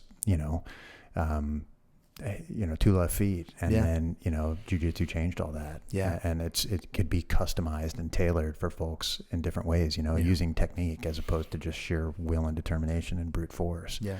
So he's a unique guy. He is, and I know him and Octavio are extremely close, and it was there where jiu-jitsu kind of took another weird turn for me. Really? I came back. I was only training for maybe like 4 or 5 months, and I got promoted to purple belt. Really? Meritoriously? I mean, like, how did this? I was just beating up the other blue belts. Yeah. Well, I mean, look, I'd been away been a from blue this belt for a while. No, I'd been a blue belt for like not very, 15 minutes and then you quit. No, for a long time, but Yeah. not on the mats. Yeah. Like I'd been off for like 3 years, you Yeah. know, and this is. Were you off, like hardcore off? Like, Yeah. okay. I mean, like somebody would get promoted and I'd like show up to their belt ceremony because, I know what an accomplishment that is. Yeah. And so I would show up and then roll and, whatever, have some fun. And then, but I got back training, and I'd only been training for a couple of months, and I got my purple belt, and, God, it was so, it was an emotional and What year immature was that? decision. It was 2015. Mark and I got our purple belts together. Okay. Same day. And that's another time that I walked away from the sport, which was so stupid. It was just such an emotional and immature decision. Was it ego? I mean, what I think would it was push a you little away? bit of ego. It was like, man, I worked so hard for my blue belt. Like I remember like the 2-a-days and like just being pushed so hard by Bruno, or when he'd bring people in for camps. Like Blue's a big step. Yeah, but like Rodrigo all are, Feijão, like drill sergeants on the mat. Really? And Octavio's style is just different. And I still have so much respect for him, and I'm so thankful to, especially looking back at receiving my purple belt for him. But I had made this very immature decision that was like, well, I didn't feel like I really earned the purple belt. Yeah. So I like stopped training again. Really? Yeah. You're not the first person I've heard say that. I've heard people say that for every belt, literally every belt. Friends that I've got are like, I don't even know where the bugs come from, but somehow they disconnect from themselves from the fact that an instructor knew them well enough to know all elements of them, not how they perform only on the mat, but a lot of different components of their life, and said, you're now this belt in my academy. And then they go home at night and they're like, no, I'm not. And I'm not coming anymore. Yeah, it was so dumb. And just That's tough. Look, Octavio Couto, for those listeners that don't know him, he was at the time he was also Fabricio Verdum's coach, right? Mm-hmm. He's a relatively young guy, right? I mean, Atinho is, I don't know how old he is, maybe late 40s. Oh, okay, Yeah. okay. That is relatively young, but I was thinking younger than that. But I think he's late 40s. Okay, I'm 40. He's older than I am. Okay, cool. Yeah, that's a watermark anyway. But he had coached, Fabricio Verdum through the Fedor triangle win. Yeah, this is when 100%. Fabricio Verdum had just beat Fedor. Like he's a legit dude. Yeah, but it was just immature, on my part to go, well, I don't think I earned this. Let me step away, which is so dumb. Like looking back at it, it's like, but it's part of my journey. It's part of your journey. It's part of my journey. 100%. So I took a little bit of time off. You just hardcore took off. Like this wasn't a fade to black moment. This wasn't I'm gonna kind of slowly stop showing up. No, this was you're like you're done. I didn't just take stop. a break. I kind of like, and it's weird. I also it was an immature decision, but it's so common though, man. I mean, you say it's immature, and I don't know. You tell me. The reason I was asking if was this like a hard decision, like a as opposed to a soft decision, is that I think so many people find themselves in that boat. I know I did, where there were periods. Like I got my purple belt in 2015 as well, and I mean, look where I'm at now. I mean, it takes time, right?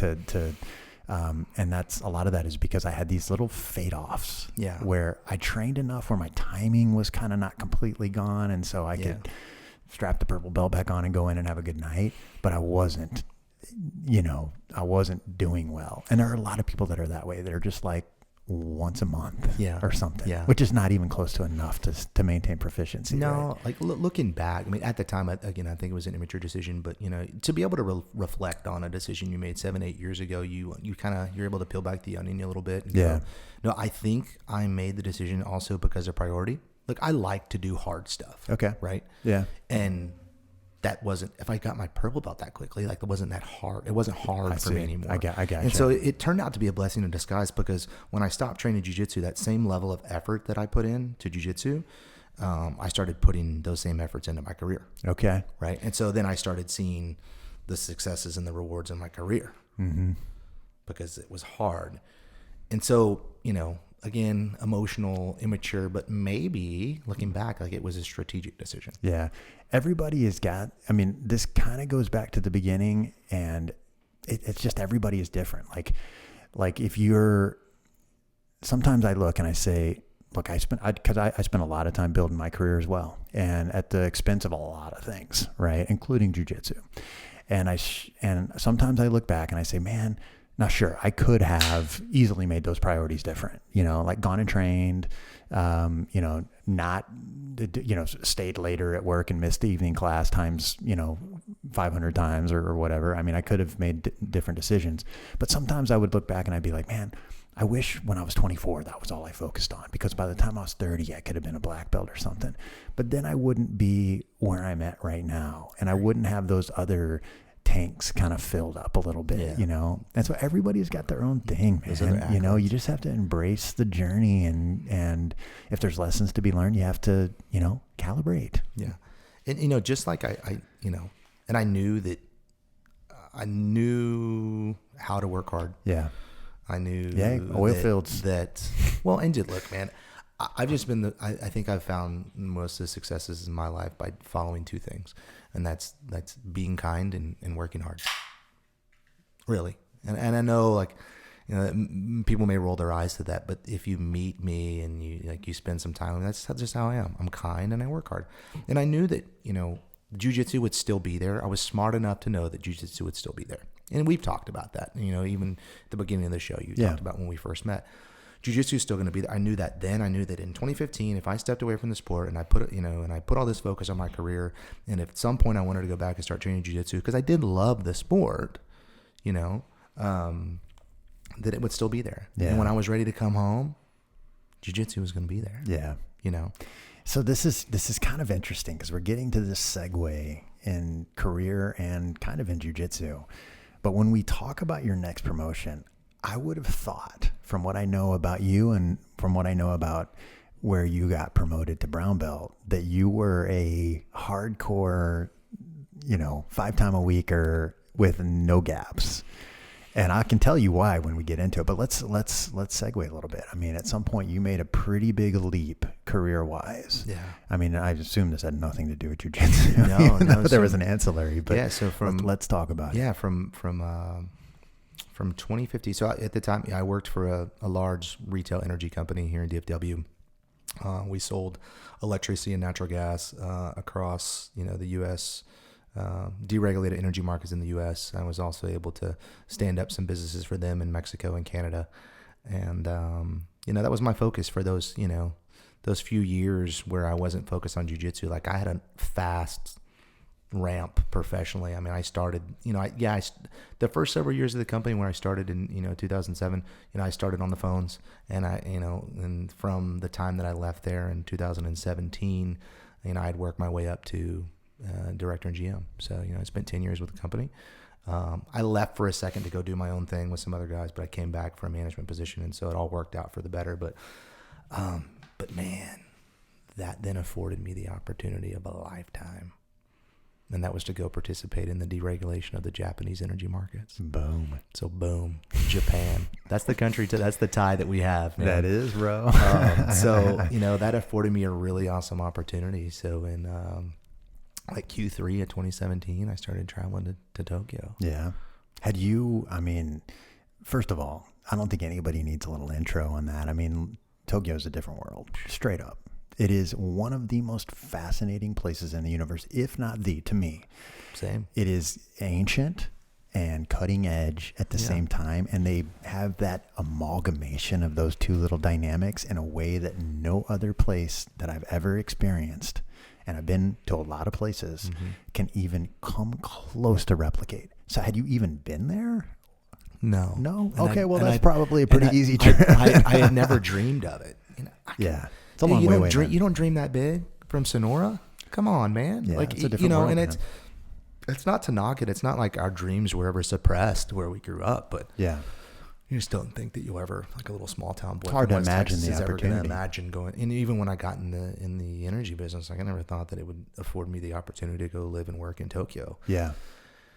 But it did. Yeah. And you're right. Like, what a fascinating place Japan is. Seriously. You know, it's a fascinating place, and you know, I miss it. I miss the food. I miss the culture. I miss the people, the scenery. And you know, you talk about this marriage between old world and new world. You know, where it's so technologically advanced. But I paid my resident taxes there at the konbini with cash.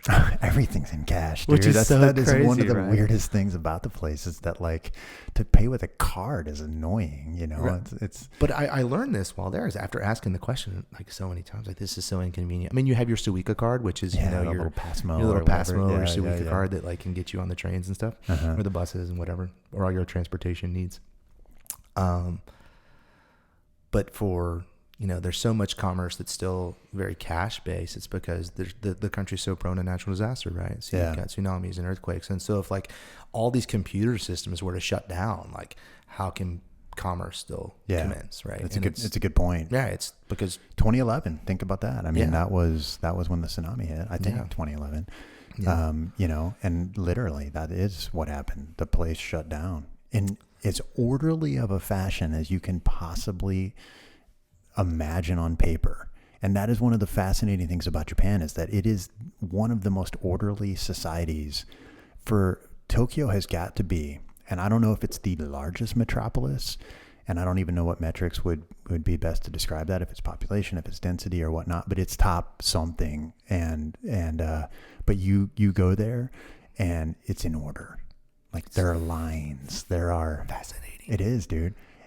It used to bug the crap out of me when I would be. It's like I said, there's queues, right? We're going up the escalator. We're on the left side. Hey, guy from New York, stop freaking talking and get back here and get in line.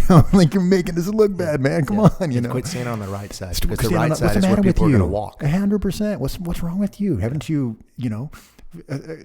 come accustomed to the social norms yet? Like, Okay, you know, okay, but the I would escalator, get you, that's a dude. funny thing, because you know, once you get into Kyushu, you stand on the other side. Really? I didn't Yes. know that. Yeah. I didn't Talk to your know wife that. about that. I will. Yeah. I will. Yeah. So My wife's from Okinawa though. She's so like maybe it's she's a little more chill. Dude. Yeah. She's so you she's you got get the into island Kyushu, mentality. You know, if you're down in Kumamoto or Fukuoka, like you stand on the other side of the escalator, which is Okay. weird. You know, like one of the locals would be like, hey, That's a trip. I didn't know that, like, man. Gaijin, what I'm saying, like, you know, like kick you over to the other side.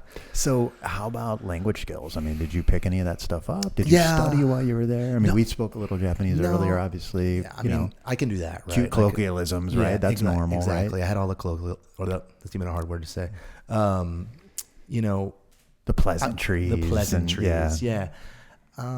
Professionally, I had a translator with me most of the time. So, you know, with all my travels, I had somebody that was speaking the language. And so, and I lived in Minatoku, right, which is kind of the Gaijin ghetto. That's where foreigners live. Yeah, nice So area. Great area. Yeah. I mean, I had the good life there, man, expat and, you know, expat life there in Tokyo, and had a nice view of Tokyo Tower, and that's amazing. So living there was, that's going to be the cover art for your episode, 100%. Oh, I Tokyo noticed Tower, you used dude. Kyoto for The Anthony. So I was like, path. I've been there, The man. path, man. Yeah, I've been Yeah. there. It's beautiful. I spent my my wedding anniversary there in 2018. That's crazy. Yeah. That You know, you're a young guy, and I think one of the things, even now, I mean, one of the things that most people probably don't understand is how hierarchical Japanese culture is. I mean, you could imagine that because they are sort of fanatical about so many different things, but what was it like being a non-old guy, I guess, for lack of a better well, I mean, term? I had a couple knocks against me. You know, I was in a new industry. Yeah. So, You're there to kind of help, bring them out of the infancy of that, right? Of regulated energy markets, you know, and while young and American, I was still, you know, the value that I brought to the country was, and I hope it don't sound cocky saying that, but it's the professional experience that I brought. I mean, I was there on an HSP visa, you brought highly skilled knowledge that professional. didn't exist. You know, I was there under special circumstances, if you will, to to promote the deregulation and its good and what it can do for the energy markets in Japan as far as bringing costs down and, helping consumers have choice. But, so there was that knock. It was a new industry, and Japan they don't like change over there, man. New takes a long time. So you've got new industry. That's kind of hard. American. Yeah. It's kind of hard. Why is this American dude working for a Japan power? So that was weird. Was it a Japanese company? U.S. owned. It was U.S. owned. Okay. Japanese branch, I guess. Yeah. Okay. Yeah. But and then you're lacking a few gray hairs, and then I'm like 30. Gosh, how old? Oh, 30 anything. It was like 37, 36, 37. Yeah. 40 now, and so I had all those kind of strikes against me. Yeah. But take me back to the small town. Yeah. Yeah. Relationship building. And what is the biggest humility? What is your key to business success in Japan? I mean, humility is a big piece of it, man. And relationships are definitely the time, investing that time in relationships. Yeah. And, and I did that. And I knew that was the reason that I was there. I mean, I could bring some knowledge into the space, but there was also just, you were going to do things a certain way because you're in Japan. And if you don't like the way that they do them, we'll get out. This is our country, right? That's it, man. That's it. They're not there for you to change them. That's for sure. No, not at all. So, there was, but you have knowledge that they don't have, and you're there for a reason. Yeah. So that's the value that I brought, and the story that I brought was like, I'm a 30 something American guy, but I'm bringing, 12, 15 years of knowledge in this industry that's brand new to you guys. So teach me what I need to know about your country, and I'll teach you what you need to know about how deregulated energy markets are here for good, and we can actually make positive change in this country. And so, amazing place to do business. But also, a 30-something executive, I'm hanging out with guys that are twice my age and want nothing to do with this young American guy outside of a work environment. Yeah. Well, maybe professionally they're going to listen a little bit because they have a vested interest in the success of these markets too. Either they're making money on it, or they're one of the, former conglomerates that, has to see this be successful too. Spending time with Medi, spending time with the Japanese government was cool. But, they still look at you as an expert. You wouldn't be there. Yeah. And, you wouldn't get that type of visa, and you wouldn't get your license to do business in Japan if you didn't offer some expertise, and they see you as at least bringing some value and credibility to their decision to deregulate the Japanese energy markets. Did you struggle with, for me, for those that don't know my background, I met my wife in Okinawa. Japan is a big part of our life. You had a different entrance. Your on-ramp was a little bit more severe because apparently you just decided one day to go to Japan. The barriers for language it's non-Latin based, completely different writing system. Nowadays it's a lot more accessible to people that are Western based that would use Latin alphabet, for example. There's similarities between Chinese language and Japanese language. So many Asians are able to get around in Japan. Did you struggle with that? You can't. I had a hard time reading menus, and I became really homesick because I was freaking tired of eating ramen. I'm like, God, I was really, man. Give me some red meat. Again, very lucky, read. Man. Very, very blessed to be where I was and where I lived in the city. Beautiful doing area business for sure. in the industry that I was in. And you had your wife with you, right? I had my wife with me. Yeah. I moved her there when she was 20 weeks pregnant with our first kid. Man. So talk about just man of the putting year. all your cards on the table. Hey, look. Wonderful woman again. I don't want to get, I could talk for 3 hours about how wonderful my wife is, but I don't think anybody wants to hear that right now. But, she knew she was pregnant with my oldest, Griffin, who's now 4, before I accepted the job. Yeah. She didn't tell me. Oh, really? She didn't want it to affect my decision.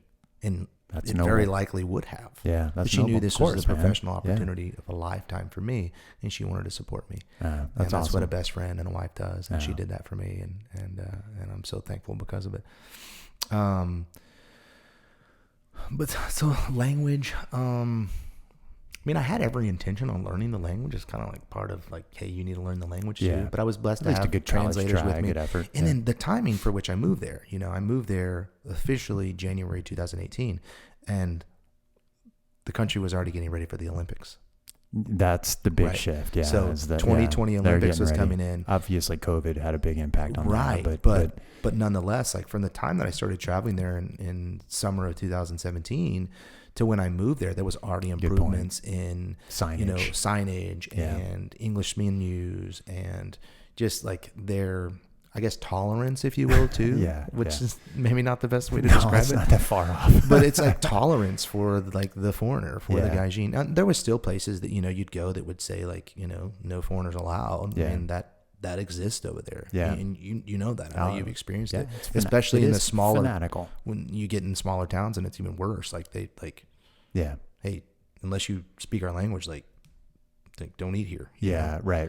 It's very much that way. I think in a lot of cases that isn't as much as a discriminatory tactic like you might see even in the United States, as much as it is just a lack of understanding and not knowing what to do. Like you're here, what are you going to do here? Like what are you going to do with this menu about? You know what I mean? Like there is an element of that, I feel like, is just we're not prepared to deal with you. Yeah. So I got to where I could order food in that's Japanese. That's cool. And everyday life. Tell a cab driver what my address was or directions, and so but it was also fun. Like it was fun to see a Japanese, a local and ask them to take your picture. And they're like, they look at you like, what? Like, what book did you read? Yeah, exactly. Like, That's hey, can you take awesome, my man. picture? And I was hanging out with Japanese people all the time. And so, I wasn't learning from a book. Like what little stuff that I did learn was often things taught by them or like people that work for me that were Japanese, so I was learning things more from the local than a textbook. Organically. Right? Yeah, organically. And that is, exactly. I think, through probably immersion, the fast way. through immersing myself in their culture, which, again, I love so much. But that's the best way. I didn't have a lot of friends. Yeah. So what'd you do? I started training jiu-jitsu. Yeah. Guess what? I picked up jiu-jitsu again. Yeah. And I had been off for another couple years, right? It had been 2015. Really? Okay. Yeah, so I hadn't trained. I was a purple belt, and I knew jiu-jitsu was going to be there. I literally had not trained. Had you researched it all? No. Just game time decision. I literally just packed a gi.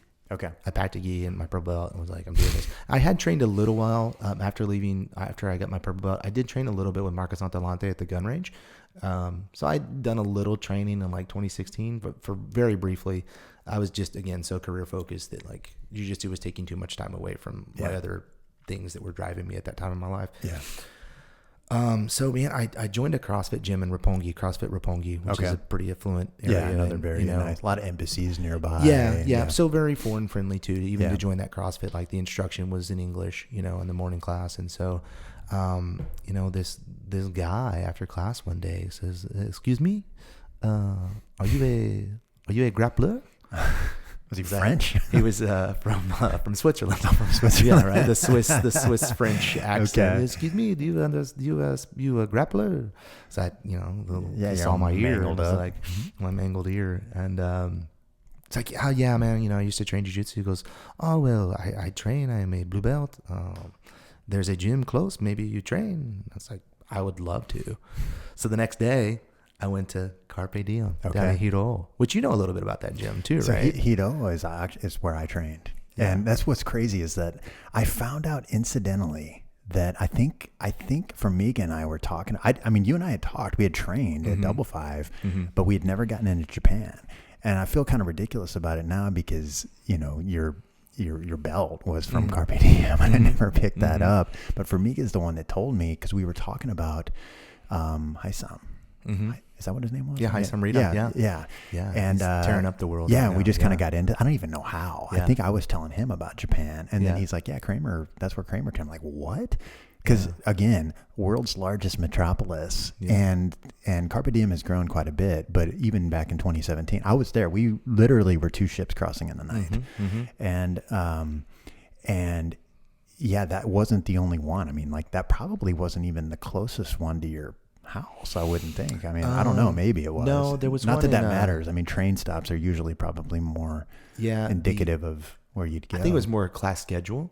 Oh, okay. I Yeah, gotcha. so there was one at Aoyama as well. Yeah. Which is, I think, the original Carpe Diem location was in Okay. Aoyama, and that was closer to where I lived originally when my wife and I first moved. We lived in a little Tokyo stay, like extended stay Okay. apartment that was maybe like 400 square feet Yeah. for the first couple months we were there, and then we ended up moving to Minato over by Tokyo Tower. And then I left and went to Carpe Diem Mita. So I trained, most of my training was there out of the Mita location. It was about really? a 6-minute bike ride from our apartment, which was awesome. I mean, that made me feel like home again. Yeah. I felt very much expats at they Mita? did. Yeah. They did at Hito. I mean, obviously. I mean, We know several of the same people. It being Minato, it's again Gaijin ghetto. Yeah. And, we do know a few of the same people from the Hito location. Which is such a small world. Small, like, dude, statistically we're in unusual. Highland Village, straight Texas, up, dude. talking No. about Tokyo. Shouldn't be. And we shouldn't be having that people that we conversation. train jiu-jitsu with. But jiu-jitsu is an international language too, and that's the beauty of it. So for me, I think jiu-jitsu changed my Japan experience in completely, because until I started training, which was kind of right away, like I didn't know anybody. I was just working, my focus was work and growing this company. And that can be a lonely place out there, man. I mean, you know, you can feel like you are surrounded by strangers really, really quick. So we had an awesome group there at Carpe Diem Mita. Shout out to you guys. Yeah. Legit affiliation. I mean, growing like crazy. Really good people, good humans. Good jiu-jitsu, good jiu-jitsu, too different. Small guy game, technical, but very technical though. Yeah, technical. Like not a bunch of like small guy berimbolo. Like, I'm not knocking any berimbolo players out there. Hey, I'm trying to be a berimbolo guy now, dude. The other day, I was like, "What are you doing?" And you actually looked at me in the middle of the round, and you're like, "I don't really know what I'm doing right now." No, but I mean, we have some big guys at Double Five that berimbolo. Like Big Isaac berimbolos. I know Isaac does everything though, dude. Isaac is like this athletic magician, And like a 280 pound Samoan who's so humble and so sweet, and but literally he's a scary man. Yeah, straight up. But we had an awesome group. We trained 4 days a week. Okay. It's 6 a.m. Really? Okay. So look, I feel good, man. I've Roots to the morning class. I've been promoting that 6 a.m. class for a while. You have been an anchor, man. So because that was again, that just worked for your schedule. We had to think like I was, the same priorities that I have. Your salary, man, dude. It's hard to control your right side of your timeline a lot of times. Then So I could go train. It was a 6-minute bike ride to the gym and about a 9-minute bike ride because it was back uphill to get home. And then it was post training, so you're always a little tired too. True story. But I also, I was a new father, right? Yeah. So in August of 2018, I became a dad for the first time to a gorgeous little girl born in Aiku Hospital in Tokyo, and that's when my priorities changed a little bit. And yes, I was still training, but it was like morning. I was only going to train in the morning, and I would still be there to like get her up out of bed and her, me be the first face that she saw every day, which was, still something that I pride myself in. And, but jiu-jitsu in Japan, you talk about changing your life. We talked about that very early. So if you just think about, the life changes that jiu-jitsu has had for me, one, it like got me back into like having a passion for something athletically, because golf wasn't that anymore. And I still play every once in a while, like, maybe half dozen times a year. I used to play every day. You just played at the Venetian, dude. I mean, well, only okay. I mean, I just had to throw that in there, dude. Okay. I mean, if it was Phoenix Municipal, I might not say anything. Play very well, but I bet you were shot a 70. No, I didn't. It was a scramble, but we won't talk about it. Okay. Did it have 3 digits? Sub 100? No, it was a scramble. So I didn't play my own ball. Okay. Yeah. All right. Yeah. So you're telling me you shot a 58? No. I was with a group of very honest people, which was nice because you don't ever want to win a 4-man scramble. The 4-man scramble is like who has the best eraser, or like who's the biggest liar. Like you don't want to win a 4-man scramble, right? It's just it's like you don't want to win those. So it's changed my life there from like teaching me like again discipline athletically. Met some amazing people. My wife. Yeah. And then in Tokyo, I don't think my experience in Tokyo would have been the same if it wasn't for jiu-jitsu. And this is even before the belt promotion, which we'll get into in a second. But, I didn't have friends there. Like, you don't make friends with Japanese people. Yeah, like, it can be difficult, man. They're not. I mean, it isn't like you might be used to in the United States where I don't know, you have a group you hang out with or something. That wasn't my experience anyway. That might be other expats, but I mean, I didn't, you're not like, I guess what people have to understand is in Tokyo in particular, it's different down in Okinawa. Okinawa is a little more chill, like I said before. But like, it's kind of frowned upon to this is going to sound so messed up, but like when you're on the train at night, do you pick up a conversation with your neighbor? No. Of course not. No. You stare at your phone, you look at your feet, you do anything to avoid eye contact. You know, it is generally, if it's not an actual rule, it is heavily frowned upon, you know, to disrupt anything in the aura of other people, right? That would be like, you know, that's not what you do here. I mean, and it makes it difficult to meet people. It's so crazy. I think, Jiu-Jitsu is not like that. For those that are listening that haven't been to Japan, I mean, there's so many of those experiences to where you're literally packed into a train car. Packed. Verb. Like not adjective, like actual, like the packing of humans. Packed in. Yeah. And, you know, Pushed. at 5'10", I'm tall there. So at least you feel a little less crammed in. I mean, you're tall, so you probably loved it there. You could just see over everyone. But you can hear a pin drop. Yeah. I mean, you're packing. You may have 100 people until the guy from New York gets on and starts talking on his cell phone. Foreigner, right? Yeah, thank you. Foreigner. I know, man. I'm trying to do my best to represent. Like, hey, don't you're messing this up for all of us, man. Style here. Yeah. So, no, and then again, jiu-jitsu just really changed my experience in Tokyo because I started making friends. Yeah, some really close friend from Guam. Mark Gatdula, who he's got a Japanese wife. They have 2 little girls about the same age as my kids. So yeah, I have another kid, also another little girl, also born in Japan, like a year later. So one born there. It's a major life events in Japan, man. I didn't know that actually. I don't. Kids, I guess I could have done the math, but I don't think until you told me that earlier. I don't think I really realized that both your kids were born there. Yeah. So first one born there, second one conceived and born there. Dang, that's crazy, man. Pretty awesome. We accomplished a lot in just a couple years we were there. Sounds like it, including your brown belt. Yeah. And that was, brown belt in Japan, it was cool. Like it's hard for me to even imagine that, to be honest. Like the training was hard, man. Even though no different than I would train at double five. If I'm going against somebody that I have significant weight advantages on, I mean, I'm not going to just sit there and smash. So we would reciprocate, but we also had some really big guys. Thomas was there. Yeah. I mean, absolute monster. Beast. Haisam Reda's a monster. Did he win ADCC or did he? No, remember that he just submitted Cyborg in like a minute. Remember that? And the guy was nowhere on the map before. He was coming up. Like when he moved here and started.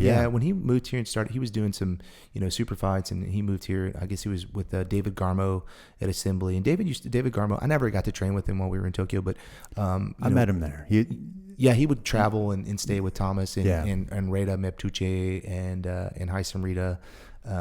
They had like this little clique of guys that would train together, and there was some. I mean, that the Hito location put out a lot of really good competitors. I think in Mita was more the salaryman's gym. Really? Okay. I wonder if I would have had a different experience. Yeah, because I was going with that is that it was just difficult for me. Like when I found out you got promoted there, that's why I like when you just kind of walked through your story and you talked about some of the choppiness, which is, I mean, not unusual at all for somebody who makes it all the way to where you've made it. I wouldn't have assumed that. I would have been like, man, Cramer went there as a high-level purple belt, and they eventually had to give him his brown belt. Like it just that wouldn't have even dawned on me as a possibility. I mean, it's weird, and I don't want to sound like I'm tooting my own horn, but I think certain parts of the game have come easy to me, and I think maybe it's because of my athleticism. I don't know. I don't want to pat myself on the back too much because I don't want anybody to think that like getting belts doesn't take a lot of work. Yeah. And I'm not saying that I worked any more, any less than anybody else. I just think for me, the way that it played out is that I was able, yes, I took breaks, but whenever I spent time on the mats, I was getting promoted quickly. And it's more probably about the way in which I train. Like when I train, I give it my all, you know? And so 2009 was a long time ago, man. It may not be, it's like, but what is your purpose on the mat? Yeah. You know what I mean? Like it's not necessarily the time, cause you can be that guy that goes there every day, and spends an hour every day, but like has like focused or purposeful training, maybe 15 minutes of that hour that you're there. Yeah. You know what I mean?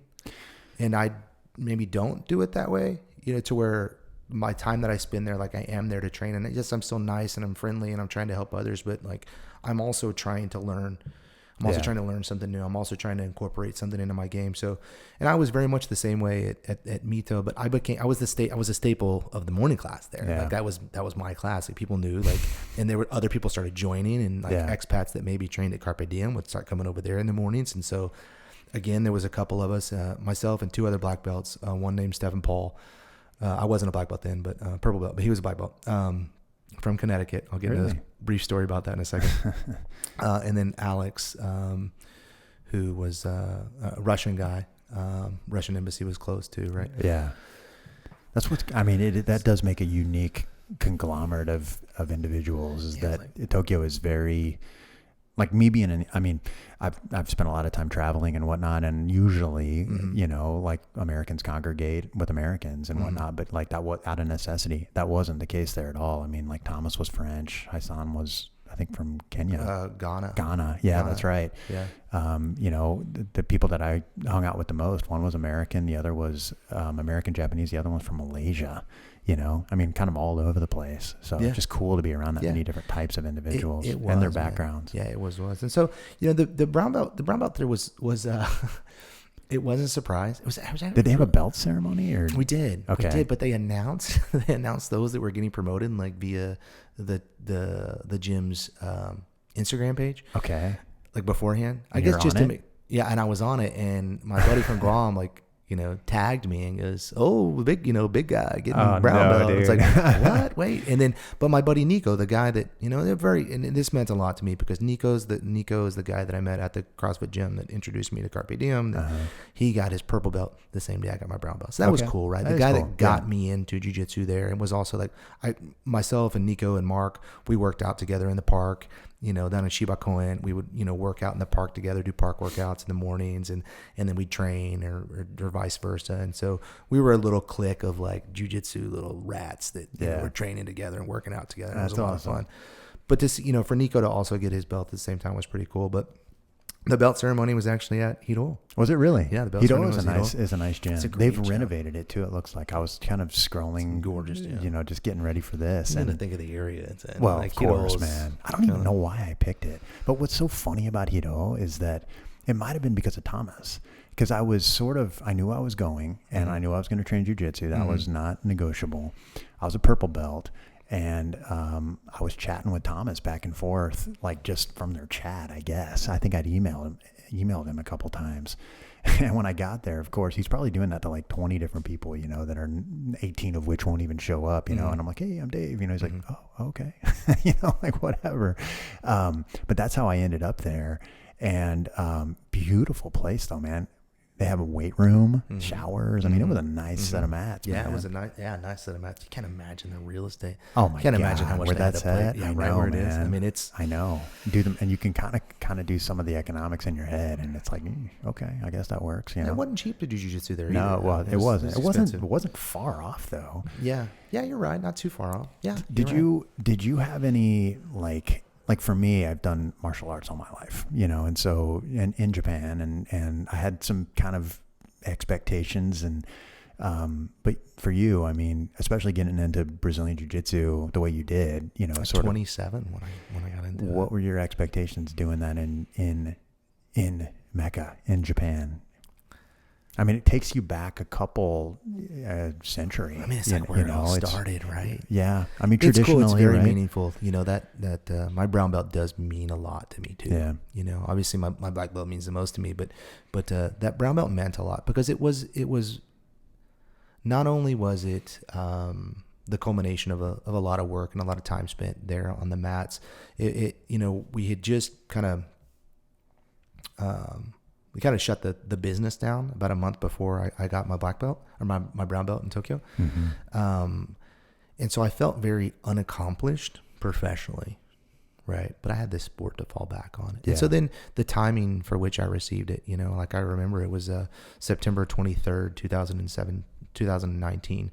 I'd gone to the Rugby World Cup the day before down in Yokohama to watch Ireland, Scotland play in the Rugby World Cup. Super cool event. And then had a belt ceremony on a Monday. Because, there's so many national holidays there. Oh, really? I don't know. I didn't so know. many national holidays in Japan. I've never been a professional there. That's the thing. So I didn't experience. You have like any of 50 that days stuff. off a year. It's crazy. That's awesome, man. That sounds pretty appealing. It's cool. Unless you work for a You're U.S. working company. like 19 hours a day. Though, Unless you work for a U.S. company, which is, well, you then work on the Japanese holidays. Yeah. But then the Japanese don't take off on the U.S. holidays. So you end up, you just work all year round. Yeah, man. I guess that's the price you pay as an expat. That is what it is. It was fun. When did you come home? When did you get back to the States? December 12th, 2000. December 12th or December 19th, 2019. Wow. So you got back basically just in time to not be stuck there. Yeah, absolutely. Japan was late to open up, man. It was like really late. The timing of it was crazy. Yeah. I was moving back on my December in Japan, there probably were there were already inklings cruise of ship it. issues and stuff. I don't remember when that was. It might have been January. Yeah, there were inklings of it. It was cruise ship in January. Yeah, so January. Just really not even dude, a month, you guys early barely January. skated out. Yeah, we did. We moved home with a 14-month-old and a 10-week-old. It's a long time. Moving back to the U.S. was a little different than when we left. Yeah, just 14 hours on an international flight. Two kids. Yeah, I can barely handle that. It was great for the 10-week-old. She sat with my wife and just slept. And the 14-month-old. Yeah, you guys slept for about 45 minutes on the 14-hour flight. It was brutal. Yeah. I'll always remember that flight. Oh, man. But also so grateful to be coming home and come home to DFW. Yeah, moved straight home to where we are now. Okay. In Highland Village.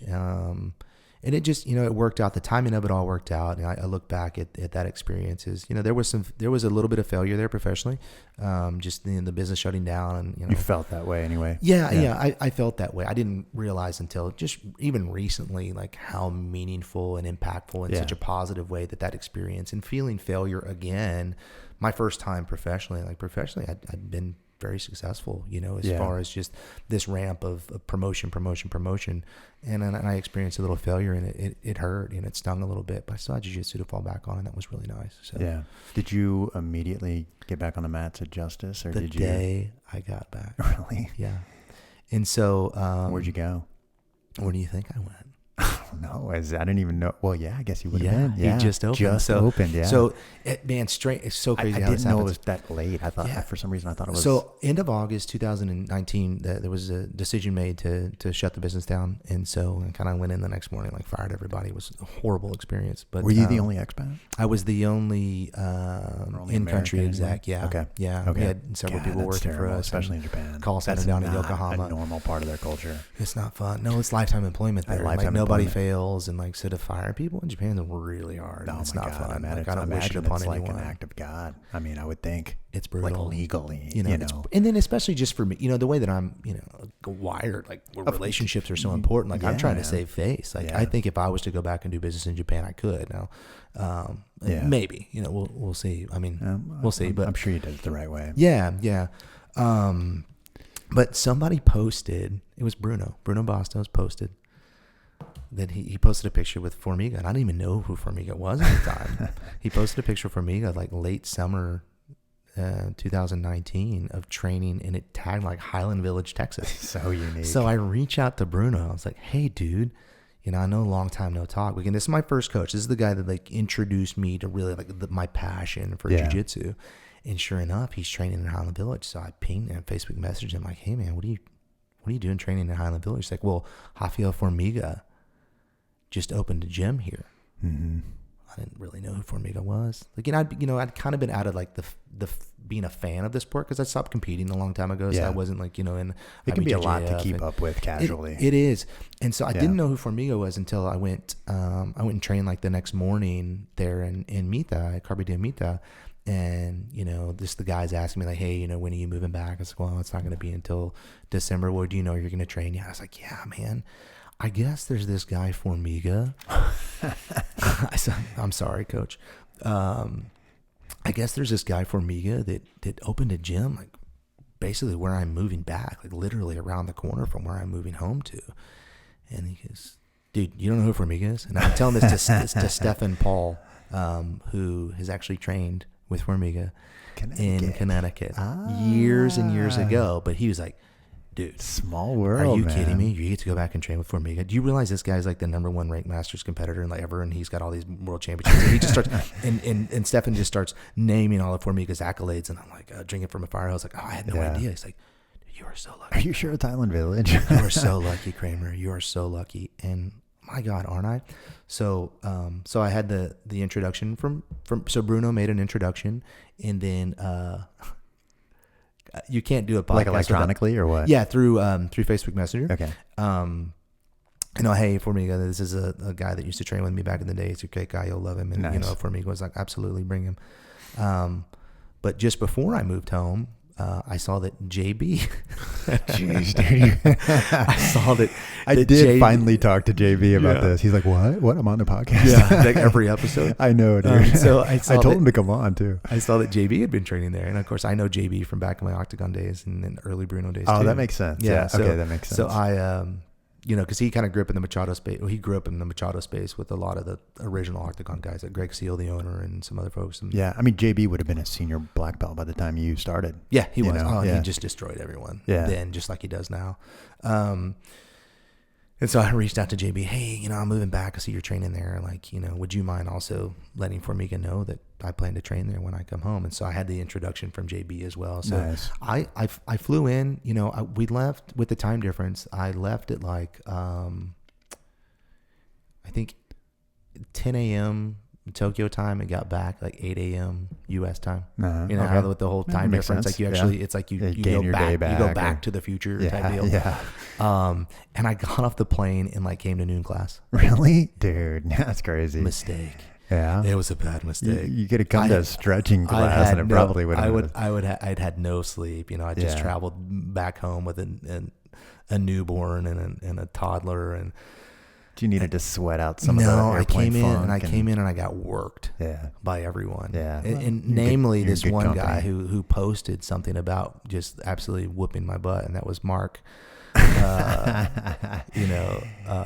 like drawing the line to the past a little bit. He's just like, oh yeah, it was so nice to see this guy back. He's a great dad, and he's a good jiu-jitsu guy, but man, I beat the heck out of him, for old times, because he used to pick on me when he was a white belt. But so and I immediately knew that it was by home this for time. me. Mark would have been. He's a brown belt. He'd have been in his, in a dominant phase of brown belt as well. Yeah, he was killing people. He destroyed probably. Me. He really did. Yeah, he really did. Yeah, he's got a weird style for sure. Yeah, and I don't do well with his style even now. No, I don't. I mean, his half guard's so sick. Yeah, it really is, dude. It's different.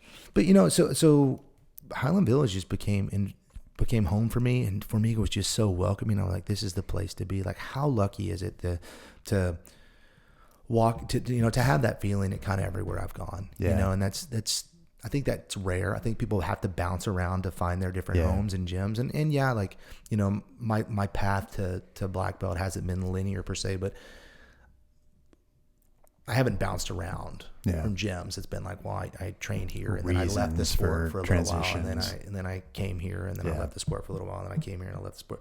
So, Highland Village was home right away. Formiga was coach right away, and he always has been, man. And that is every gym. I mean, there's obviously people that are out there listening that aren't in our area, and I think the takeaway there is that you've got to find a place, and even for people that are local, like I've got a guy in my neighborhood that wants to get into training, and whether he really wants to or not, I don't know, but he's like, well, I'll just train where you train. I'm like, dude, I highly recommend it.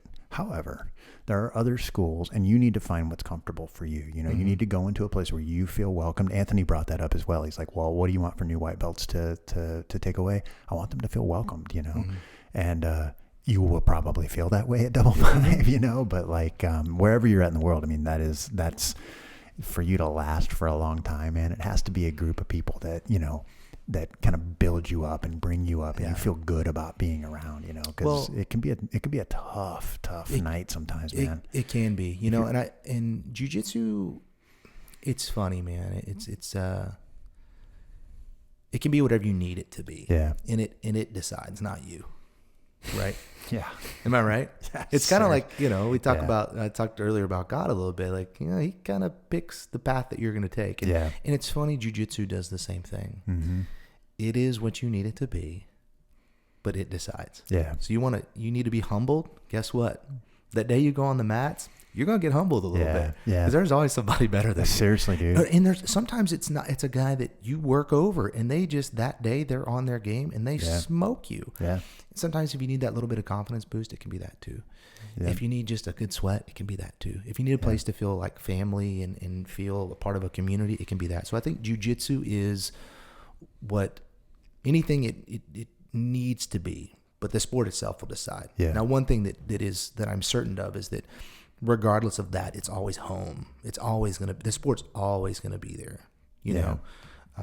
So that's just, kind of how my analogy of the sport and like my encouragement for others is like, it can be anything you need it to be, but it will decide, and you'll be better because of it. That is 100% the fact.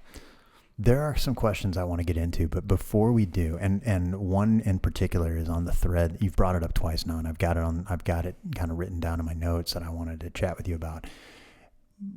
But you recently got promoted, and for those of us who have trained with you, I mean, well deserved. It was long awaited, and we were glad to see you get your black belt. Like, all right, good. that's good. Let's do this now. What did it mean though? Well, if you were there, I mean, I was traveling. I was overseas. I cried. I was in Europe. As soon as, it's funny. Formiga was up there describing, well, there's this guy and he's super friendly and he's here and he has, very high level jiu-jitsu and, but he's a family man, he doesn't train much. He only trains when he can. And if he can train, he does. And I'm like, what the heck's he talking about? And then he's like, we want to promote Cramer to black belt. Was it a surprise? Look, it was kind of a surprise. Okay. I still wasn't. I mean, this is a mystery world for those of us who haven't been exposed to the scripts. No. Like Formiga talking about me was a surprise. But when my wife, before I was leaving for the gym, she goes, hey, I don't have anything going on with the girls. Like, can we come up and check it out? I was like, oh my gosh, for sure. But she didn't show her cards at all. She was like, I want the girls to see it. And if they can see you train, maybe they'll want to get into it. It's like, she sold it perfectly. But it's when she walked in with like she knew. She knew. Yes, I guess Elisa had reached out to let her know that I was going to get promoted. That's high class, man. That's super high class. Again, they're amazing people. The Barbosas are amazing. Yeah, man. Seriously. But it's when she walked in with my in-laws. And I was like, oh, like crap, this is happening. No. This is happening. I don't know if I'm ready for this.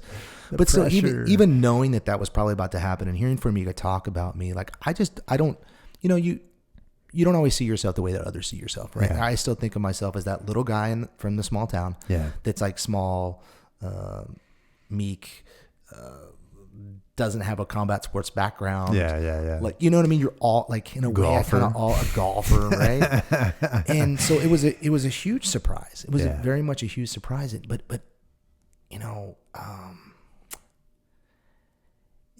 I cried because it meant a lot. It meant a lot, and the timing of it. I had my dad had passed away a few months prior to that, and I was just in kind of a dark place and felt as though I needed like a win. Mm-hmm. Right? And I was like, oh, this is a big win. This is a win that was like 13 years in the making. That had lots of up and downs, and again, jiu-jitsu is what it needed to be for me, and as I said before, I knew jiu-jitsu would always be there. And so jiu-jitsu never failed me. And I don't feel like I failed the sport because I think my story should be a testament to the sport because it's a little untraditional. It's in, out, this, that, here, there. Yeah.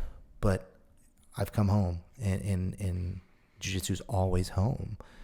And I hope folks out there will learn from that like it's not going to be a straight path.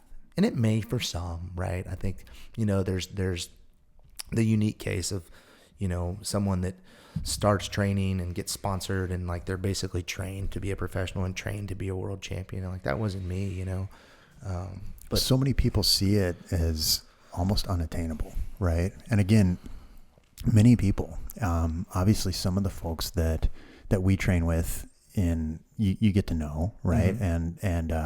But there are a lot of people in our gym that probably don't know anything about your path. They know you're a black belt, and before that they knew you were ready for your black belt. And, but dude, when you're freaking sitting in a pot of boiling water, man, I mean, it doesn't really matter what the temperature is. It could be scientific boil or campfire roar. Yeah. I mean, and I think it's important for people to have heard that path. And I don't want to say, to me, that's normal. The difference is that you've capped it off. And that's cool. That's inspiring for folks, man, myself included, because up until a couple of years ago, I'm just gonna keep this going. Like I don't probably never get anywhere with it. And a lot of people think that. Yeah, I think I said when I got promoted, I think my advice to the folks in the room was like, just keep showing up. Keep showing up. Yeah. Just keep showing up, and good things will happen. Yeah. You do need to find things. One bit of advice that I got around on that thread was that if you find yourself in a spot, like, you've got to adjust your mentality so that when you're driving home, whether in the morning or in the night or at lunchtime or whatever it is, if you're like agonizing over the day's events, like the roles you might have had or the results of them in particular, you're going to have a tough road in jiu-jitsu. Like, I'm not saying that you shouldn't be upset if you got beat really bad or you didn't perform to your level, but like focusing on, like, you and I roll all the time, dude, you work me up and down, man.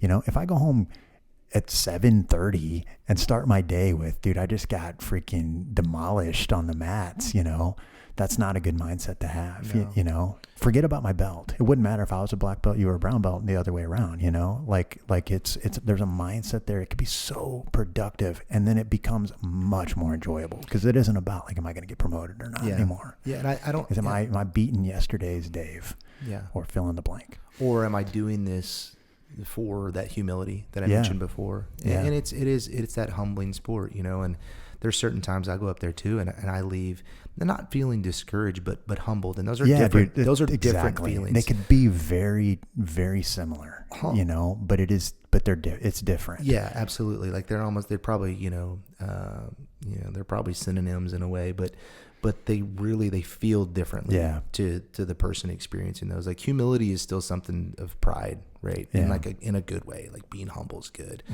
Being discouraged is not good. Especially if the discouragement leads to some form of self-rot, right? Or like pity. Yeah, exactly. Or even blame, Like, why don't I know that, Yeah. Shifting gears a little. And I'm just there's a question that I want to ask, and it's deeper down. I want to talk a little bit about balance, of course, but we've covered it quite a bit. You've brought this up, and Anthony's brought this up, and I mean, frankly, it probably came up with Formiga and Rodrigo as well. But when you think about, I actually got a question asked after a friend of mine listened to one of the podcasts, and the question was that we talk so much about training with intent. We talk about coming in and having a purpose. What do you mean? What are you talking about? You've brought that up, the idea of having an intent when you train, getting the most out of it, being productive. What would you say to that person, or how do you view that? Yeah, for me, I try to find, I think this goes back to the humility of the sport. It's like trying to find the areas that you're not so good at, and working on those, right? So for me, like training, I try to train within, I train with intent each time, but if I'm not the best guard player, right? And I think everybody knows I'd rather be on top. Like, so when someone pulls guard with me, I'm like, don't do that. Is that the trick? Like, is that what I need to stop doing? Stop pulling guard. Let me start on bottom. Like I'm trying to work on my guard game. But like me, I'm very comfortable on top. I've always been, and I think that goes back to originally with Bruno. He's a top player, pressure player. He has a great half guard too. But and then but trying to incorporate some of Formiga's game into my game too, where I'm working butterfly and reverse butterfly and stuff. So I'm trying to work on those things and not relying on what got me there. Yeah. So the purpose and the intent that I'm training with is still knowing that I'm trying to grow. I'm trying to learn. I'm still trying to learn. Like, jiu-jitsu isn't something you ever master per se. Yeah. Right? I don't believe you ever master it, you know, and that's the beauty of it. It's because each body type's different. Each day is different. You know, you wake up feeling different. You can't ever replicate the exact same role or scenario for which you go into the gym, you know? And so the purpose for me is always trying to improve. Right. And in every other time I train, it's like one day I'm just going to work off my back all day long. Right. And because we have different levels and different sizes and stuff in the gym, it's really great because there's some days where I can make that choice to say like, all right, well, today I'm just going to try to work on my back. And if I sweep somebody, I'm going to let them get back on top. And then, you know, if I go to the noon class, it's not really a class to like go like try new stuff. Different story. It's 17 black belts on the mat today. Yeah. Like that. Okay. That is hard. Then let me try to test some of the little things that I've been working on, but then let me also go to the well a little bit, you know, and let me teach people some of the things that I go to the well with, because if I teach them like that sweep that I love, that reverse little butterfly sweep that I hit everybody with, but I teach that all the time too, because I want people to incorporate that into their game. I want people to learn how to pass it. I want people to say like, no, we got to control the bottom leg. Yeah. Learn to shut it down. Don't fall into the bait of me trying to give you my back at this point, because you're going to get swept. Yeah. But it's me trying to teach them, because I know that that's going to improve my game too, but it's going to improve theirs. And if you can give back to the sport, and I think part of being a black belt too, like, you know, has it changed the way that I train? I think it has changed the way that I train immensely, because I feel like now I have truly a duty and to give back to the sport. Right. And so my purpose is a little bit different, you know. It is to help others. It is to be an example of what that black belt's supposed to be, both on the mat and off the mat, because you're a jiu-jitsu black belt now, man. Like if your life doesn't change once you receive that, then like, you've made life commitments. You've made life commitments to get to that. I don't know any black belts that haven't felt like that. Like, this is a part of my life. This is a part of my life. Like this, it just got, in a way, it's like, oh, this got really real. Like, what happens after 13 years? Yeah. Where you go, the 13 years of doing something. Yeah. To where like there's this light bulb moment of like, oh, this just got real. Yeah. I can you know what I mean? Imagine. And how fulfilling is that? But you know, again, the purpose is just about having a goal when you go in there. And it can be short term, long term, but just have some sort of goal. And your goal that day may be to have fun. Yeah. And you know what? That's absolutely okay. Yeah. If you leave and said, I had a good time today and my goal was to come in here and have a good time and just play around, great. You can do that. Yeah. Next time you go in, maybe change the goal a little bit, you know, because I think if you're just going in there to have fun, it would be less productive. It'd be less productive over time, but not only for you, but for your training partners. Like, I think your duty as a training partner, as a teammate, as a brother or sister on the mats, is to improve those around you. Mm-hmm. You know, and that's why I think the Double Five Highland Village is such a high level gym, and all the Double Five gyms. It's because everybody's trying to help each other get better, and I think everybody that stepped on the mats through the Double Five, you know, affiliation here in DFW has that goal. It's like they're trying to get better, but they're also trying to help others get better, because you get better, I get better, we all get better, and it raises the overall level of the team. Yeah. And I have no doubt that, like, you know, we will be winning championships and opens and things, you know, in the coming years, because the affiliation's still so new. I mean, we're just a couple years old. I know, man. But the level, literally a couple years old. It's so awesome. The level is so awesome. Yeah. If you were looking at your blue belt self and you were explaining to that version of Cramer who was getting after it, you know, how to apply that rationale, how to train with intent. Like, you've got 13 years of knowledge right now. It's a little different when you're not even sure are you an up guy, a down guy? You know, like, what is this? Your reverse sweep hadn't, you know, even been imagined at this point. You know, what would you tell that hypothetical blue belt version of yourself? You know, this is talked about online all the time. They talk about, you know, what belts are. Like, your white belt is kind of your level of how would you tell them to train with intent? What is that? What would that mean? Start finding a game. Yeah. Find a game. Yeah. Are you going to be a top player? Are you going to be a bottom player? Are you going to play half guard? Are you going to be a butterfly guy? Yeah. You know, and I, you know, are you a full guard guy? You know, and I think you got to you have to pick the direction that you kind of want to take your game in. And oftentimes that's what a coach is also there to help you with. Right? Yeah. Your coach is going to help guide you down that path. The coach is going to know your body type. The coach is going to, he will have observed you in the sport long enough to know what you're good at and try to like hone those skills for you. Yeah. You know, there are some de facto, like if you have no idea, there are some de facto body type generalizations, right? Like I'm tall and skinny, you know, like you need to be playing full guard. Let's get those legs going, you know? Yeah, exactly. Play spider. Yeah, 100%. To start with until you know, that doesn't work anymore. Yeah, I think, I think lean into whatever goals you want, you want the type of player that you want to be, but additionally, like ask your coach, like, hey, what do you see for me that should be, what should my game be? You know what I mean? Yeah. So I mentioned that last time as well. And under that same thread, I mean, that's how I started with Formiga, is we kicked things off with just I'm kind of hitting reset in a lot of different ways. What should I do? Not expecting a response, and that was his response as well. Is that like, before we even start, like, where do you want your game to be? Yeah. Guess what my answer was? I don't know. Like, I don't know what to tell you. I know what I'm good at. I know what works. Do you have any suggestions? And we worked it out. We spent time working that out, and it isn't anything like that now.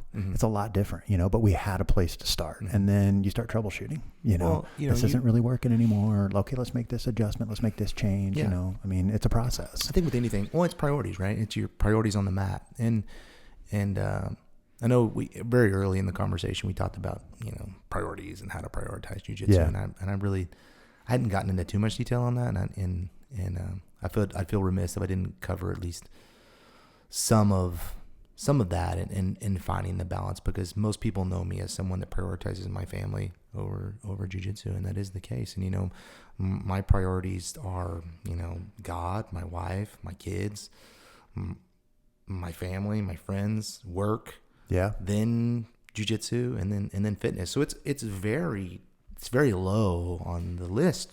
Yeah, relatively for me, speaking. Right? I was at 7, like number 7 on my list of priorities. That's pretty low. And then like you're a black belt, like how's that possible? And I think people may listen to this and say that's not fair, but like for me, like the way that I set my priorities, one is like, I feel like my priorities are set by their level of difficulty, which is kind of weird. Like, it's just kind of how I am and how I've chosen to prioritize things. But like, I set my priorities based on their level of difficulty, because I feel like, the most difficult things we do in life are also the most rewarding. Right? Good rationale. So, and it's cliche. I know you hear it, but it's the truth. No, I mean, you got to start with something. Yeah, so we'll start with something. It's rational. like, having, prioritizing my relationship with God has been very rewarding for me, just even in the short term. Prioritizing my relationship with my wife has been very rewarding to me and to her. Been married almost 10 years. It's a fantastic marriage. I'm married to an amazing woman. Prioritizing my time with my kids. Like, that's more like this legacy thing, right? Like, you're a family man. Yeah. That's the legacy that you're trying to leave behind. And like being a father is one of the hardest things that we do. But is it not the most rewarding? Yeah. You know? Amongst what you've discussed, yeah. Yeah. Much more than any belt promotion, for sure. Yeah. And again, the downside is much more severe as well of not making that a priority. I love the sport. I love working out. I love my family. I love my friends. I love my wife. I love the Lord.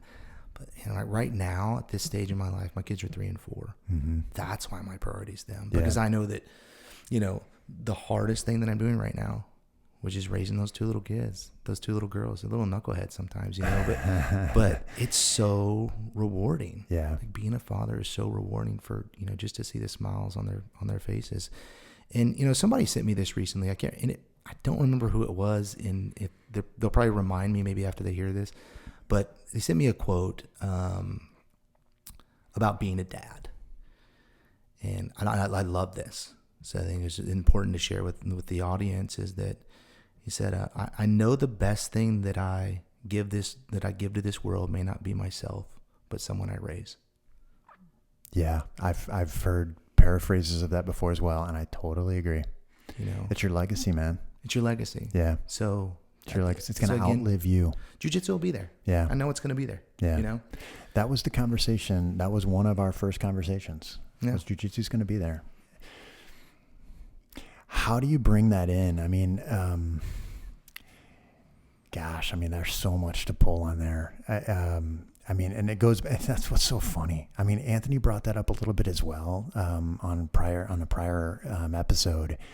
And it's, I guess I'm still not prepared for that piece of it yet, because that really wasn't where I started at with this. Mm-hmm. Where I started was that too many people take the other path, but that's not always the case. In fact, it's probably often not the case. Mm-hmm. Oftentimes it isn't and balance goes multiple different ways, right? The fulcrum is the same, right? But what's on one side or the other is very individual, and different people in different parts of their journey in life, not just jiu-jitsu, probably do need to up the ante on other things outside of the mats, because the mats will be there. If you screw the mats up, I mean, you've been living proof, man. So have I. Mm-hmm. You can fall off, you can get back on, you know, you can move, you can find, you know, if I lost everything I've got at Highland Village right now, I would be devastated. Like, I wouldn't be devastated, but it would be a life moment where I would find it difficult to replace, you know, because I know how valuable it is, because I've been absent of that.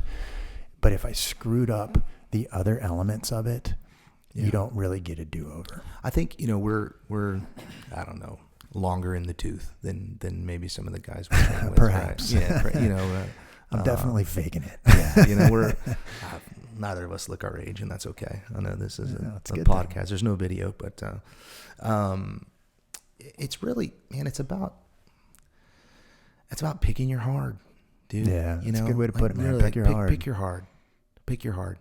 Like, you want to be a crappy husband. It's hard. Yeah. You know, but being a good husband's hard too. Which one's more rewarding? Yeah. Right. You know, but being a deadbeat dad, that's hard, right? Yeah. Because your kids are not going to grow up with the values that you would want to put into them. Yeah. And being a good dad is hard too. Which one's more rewarding? So going back to what I was saying a moment ago, like, I set my priorities based on the harder things, what I believe to be harder, and you know, I've found in my life that the things that are harder on me and harder to accomplish tend to be the ones that are most rewarding. Yeah. So it's really just pick your hard. So, you know, for that new guy getting into jiu-jitsu, that new guy or even maybe the one that's been training for a long time that only prioritizes jiu-jitsu, and maybe ask themselves the question of maybe why these other pieces of their lives aren't the way that they want them to be. Yeah. I think it's just reprioritizing based on what truly is hard. Jiu-jitsu's hard. Yeah. It's very hard. It's not an easy sport to succeed in. It's not easy to train, and I don't want that to discourage a new person trying to get into this sport, but it's very hard.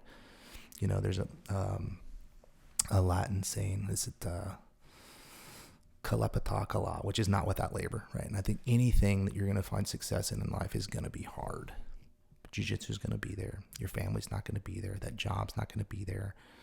You know, if you screw up enough, that wife's not going to be there, or girlfriend or husband, whatever it is. I know we have female listeners too. Yeah.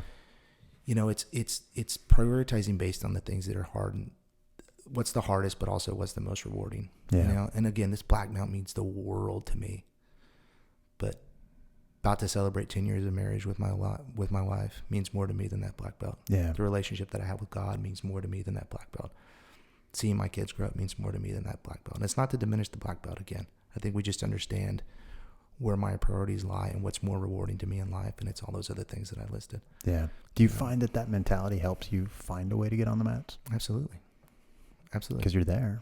Well, and I know that, look, if I can be a source of inspiration for people, why not? Yeah. Why not give back? Why not say, okay, well, you've now heard my priorities. You've now heard my story. You now, you know, if you follow me on social media, you know, like, I do these crazy intense workouts and do all this stuff. Yeah, but like, right. But like Right. my priority is still these other things, and I don't want to say still, but I've also found success in the sport that we all train. Yeah. Because while I'm there, that is my priority. Does that make sense? So, like, being present in the moment, I think, is important. So when I'm there and training jiu-jitsu, I'm present. And that would be my advice to somebody getting into it too, is that, like, you know, train with a purpose and be present when you're there. Yeah. And jiu-jitsu is really hard if you're not. If you're thinking about anything else while you're there, you end up getting, you know, the mat wiped. What's ironic about that is it ends up being a shorter term game, you know, because you do need a different level of focus at some point. I mean, you have to drill it down, and I mean, you might as well do it on purpose, I guess, is probably where it comes out. Yeah. Man, we covered a lot, and so much of that hits some of the specifics. But last piece of advice, right? New white belt comes in the gym, doesn't know what this whole thing's all about. Starts at Highland Village. You're a black belt now. You take them under your wing. How do you get them started? What's your advice to them? How do you get them to show back up? You got a couple guys like this, actually. I've had some of these guys. Yeah, even now. I mean, we're talking about it a bit. And it's funny, you know, I'm building common ground with those folks, not through jiu-jitsu. What do you mean? Right? I'm building common ground with those folks through the other priorities in my life. Yeah. Right? Schools, kids, family. Yeah. Kids. We talk about our wives. Yeah. We talk about our kids. Our kids play together. We talk about our jobs. Again, these are things that are all on and it's, you know, they know that I train jiu-jitsu, and they heard that I train jiu-jitsu, and then they heard that I got a black belt and all this from another dad within the neighborhood. But I think they thought like, oh, well, then he's just all in on this sport, and that's all he thinks about. And then they get to know me, and it's like, no, I mean, this is way down on the priority list. So I think that eases the path of entry for them in a way, because I don't have to give my life to this sport for this sport to still benefit me from my mental health, my physical health. And one of the most important things that I talked about, you know, at the belt promotion too, is the community and the fellowship that it brings. Mm-hmm.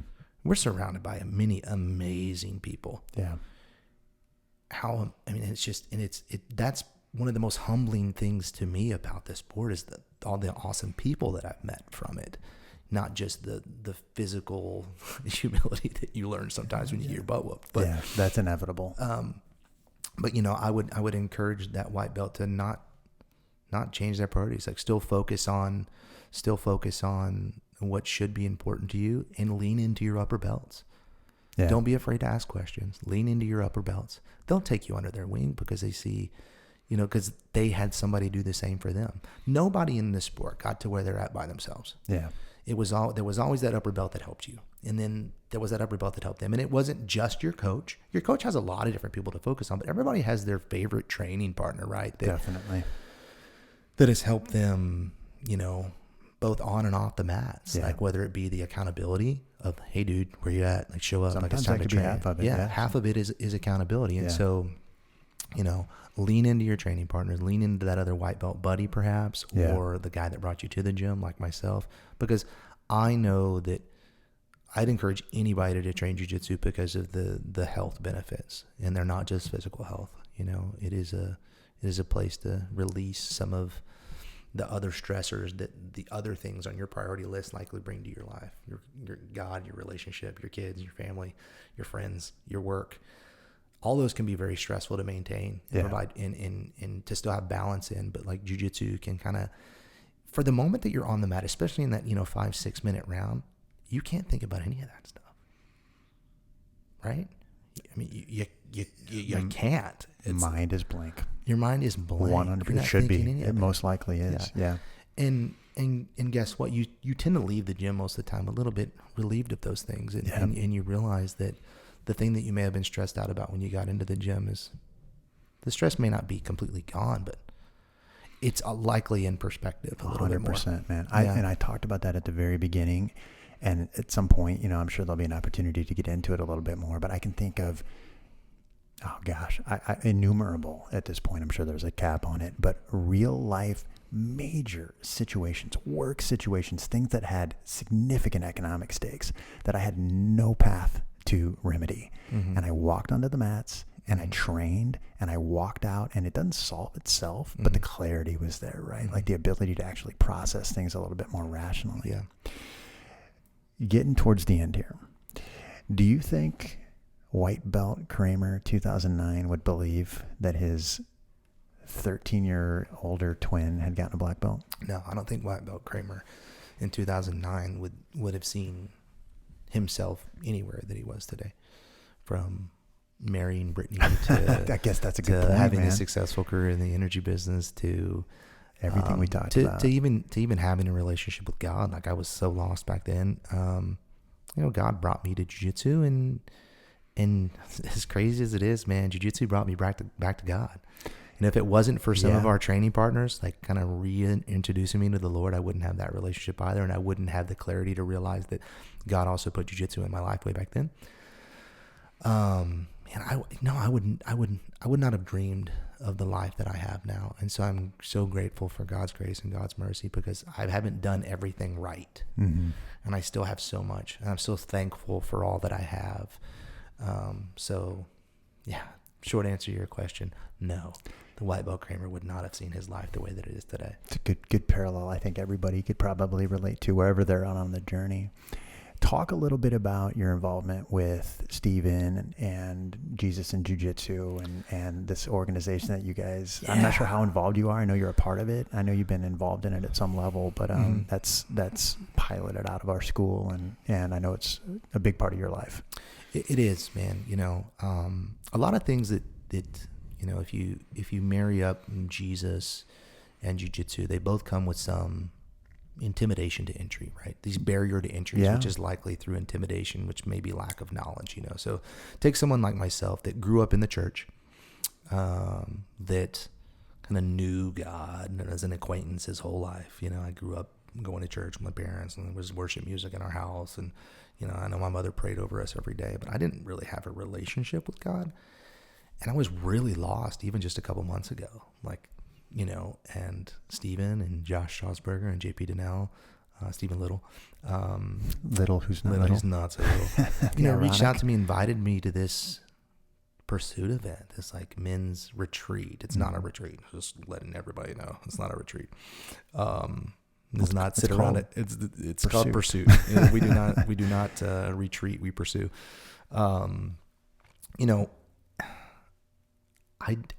It's so funny because I didn't really know these guys that well. We had just trained jiu-jitsu together, and they invited me to this. They say, "Hey, a couple guys from Double Five and a couple upper belts are going to this next one. Would you be interested in doing it?" And I was at such a lost stage in my life, like still grieving the loss of my dad and just going through some other things. Marriage probably it was probably in the worst place it had been over the 10 years. And it was just because I was so lost emotionally and was really, I feel like I was really under attack by a spiritual enemy at the time. And they invited me to this, and without hesitation, I said, yes, let's do it. And that was my coming home to God moment was that pursuit. But when it was over, I wanted to be a part of Jesus in Jiu-Jitsu. And so I'm not one of the founders, but I'm someone that, as an upper belt in the gym and as someone that just has this welcoming personality, I think you will, about them, that if I can help bring people closer to Jesus through the sport of Jiu-Jitsu and vice versa, I feel like that's God's calling for me anyway, is to bring people closer to him, and then to share that with the sport that I love too, that I think that I know he brought into my life. It's just a way of giving back, and it's not just a duty as a black belt. I think it's my duty as a child of God to do the same thing. You guys have packed the mats, man. It's been cool, right? Yeah, I haven't personally been, but I've heard the buzz. 80 people there the first time, and then 100 people the second time. Dang, and that's a heck of a trajectory, man. It's first pretty of all, cool. It started at 80, so I mean, it's so cool, and it's not, how do people find out about this? Yeah, so Jesus in Jiu-Jitsu _USA is the tag, I think. Jesus and Jiu-Jitsu. Jesus and Jiu-Jitsu _USA. Okay. I'll tag it when we put this up on I'll Instagram. make sure, and if that's not the tag, I'll need to correct it. But it's a place for the two things that come together, two things we all love, two things that are very similar in the sense that they are somewhat of a ministry, right? Mm-hmm. I mean, is Jiu-Jitsu not in a way? There's definitely some soul searching. There's some soul searching being done there, brother. There's I mean, it is. Yeah, bro. It's uncomfortable. It's a place where men and women can come together and from every walk of life and have one common love. And I think a church is the same way. Yeah. So, if through our efforts, we can bring new people to the sport of jiu-jitsu and more importantly, new people to Jesus, then that's the initiative behind it. But it's to give people a place to feel welcome, to learn. Whether you know something about jiu-jitsu or Jesus or neither about both, like, you're still welcome at these events. I think we'll be having another one here soon at the Mid-Cities location. Okay.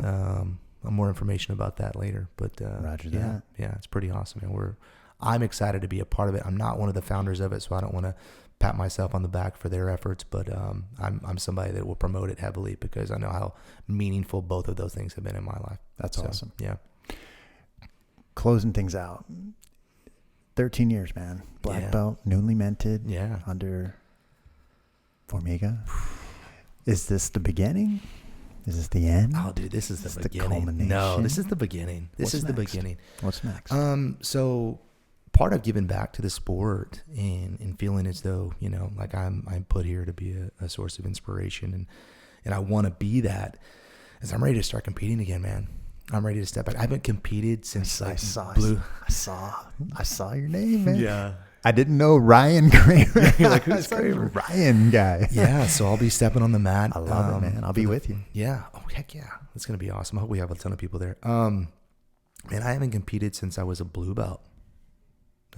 PANS 2011. Dang. Yeah. Yeah. So, Well, 11 years later. I mean, So you've gone through some gauntlets since then. So, I mean, I'm not sure that. So black that's gonna be a belt, big problem. Masters 2, I guess. Is that what you Like are? 40, yeah. Okay. Masters 2, Masters 3, I don't know. Okay. But something. Heavyweight, Austin Open. That's awesome. January the 29th, man. And I'm so looking forward That's to it. awesome. And is I this have a toe every in the water, or is this? No, man, I'm going to win. Going Like all in. Yeah, I'm going all. And you know, maybe not. Look, I can't, just because of my priorities in life, I can't compete every week. I can't. You know, I can't compete every month even. But you know, I plan to relatively local. You know, local tournaments, or you know, maybe I do Masters Worlds or something. But you know, this is just it for me. I think it's more of like proving to myself that that I still have that fire in me. Yeah. A little bit, you know, because it's been so long since I've competed. So I'm very excited. This is just the beginning, you know. I mean, I've trained more since getting my black belt I've been on the mat a lot since getting my black belt. You moseyed in on Tuesday and I don't think, you know, would that have happened a year ago? Maybe. Yeah, maybe. Okay. But okay, I think cool. I think my wife also sees like how much the sport has done for me and for us as a couple. Again, that's, you know, we met at a mixed martial arts gym, and jiu-jitsu was very much a center of a focal point of our relationship. And so I think she also sees this as something that my husband loves. And man, I guess my husband's good at this because he got a black belt, because she hasn't seen me train or compete in years, right? Yeah. So I think she now sees it as that's so funny, man. I want to support his effort just as long as his priorities don't change, and like that me and the kids don't become you know, second fiddle to long term to jiu-jitsu, and that won't be the case. And look, I know that when my kids are of age that, you know, they'll train jiu-jitsu too, and so this is really just the beginning, because there's going to become a point where my focus in the gym will also be on them and growing them in the sport and trying to teach them, because as girls, I think they have to have it just from a self-defense perspective too. Yeah. So yeah, it's just the beginning, man. I love it, man. Yeah. Closing thoughts. Where do we leave people? You know, I watched an interview several years ago from the very esteemed, legendary Notre Dame football coach, Lou Holtz. You know who Lou Holtz is? Yeah, of course. Our younger listeners might not. They might not. But he was doing it. I don't remember where the interview was, but Does he train like a champion? He's played like a champion. Play like a champion, yeah. Train like a champion, whatever. But he was once asked, and remember, he won a couple national championships with Notre Dame, you know, very legendary coach. Yeah. One of the most winning college football coaches of all time in a legendary program. We're talking Notre Dame, you know, touchdown Jesus, you know. Blue chip for sure. Yeah. And Lou Holtz, when asked what his biggest regret was, he said that the biggest regret he had in his coaching career at Notre Dame was that he spent too much time trying to maintain the successes that he'd achieved instead of trying to grow. Right. So he got to like the precipice of the sport, won a national championship, and his focus the next year was just on like maintaining that success, not trying to grow. You know, so he said, you know, if a tree isn't growing, it's dying. If you're not growing, you're dying. So for me, like that was something that like it just spoke to me. I mean, I probably heard this 10 years ago. Yeah. You know, if a tree isn't growing, it's dying. If you're not growing, you're dying. Yeah. So being good at something is just not good enough for me. You know, I encourage people to find the discipline, lean into it, and make yourself better. I love it. You know, he also said that we needed 4 things in life to truly be happy: something to do, someone to love, something to hope for, and something to believe in. So, dude, God bless you for having me on this. It's been awesome. Man. Dude, it has been awesome, man. We dug deep. We went all over the place. And for everybody that's out there listening, I mean, these always have these twists and turns, and who knew? I mean, Cramer and I are sitting there staring at each other right now. I think we both kind of took a little bit of a journey here, and I hope everybody is able to take that away. And once again, use it as a supplement. Get your priorities right. Make sure that you're balanced. And until next time, we're out.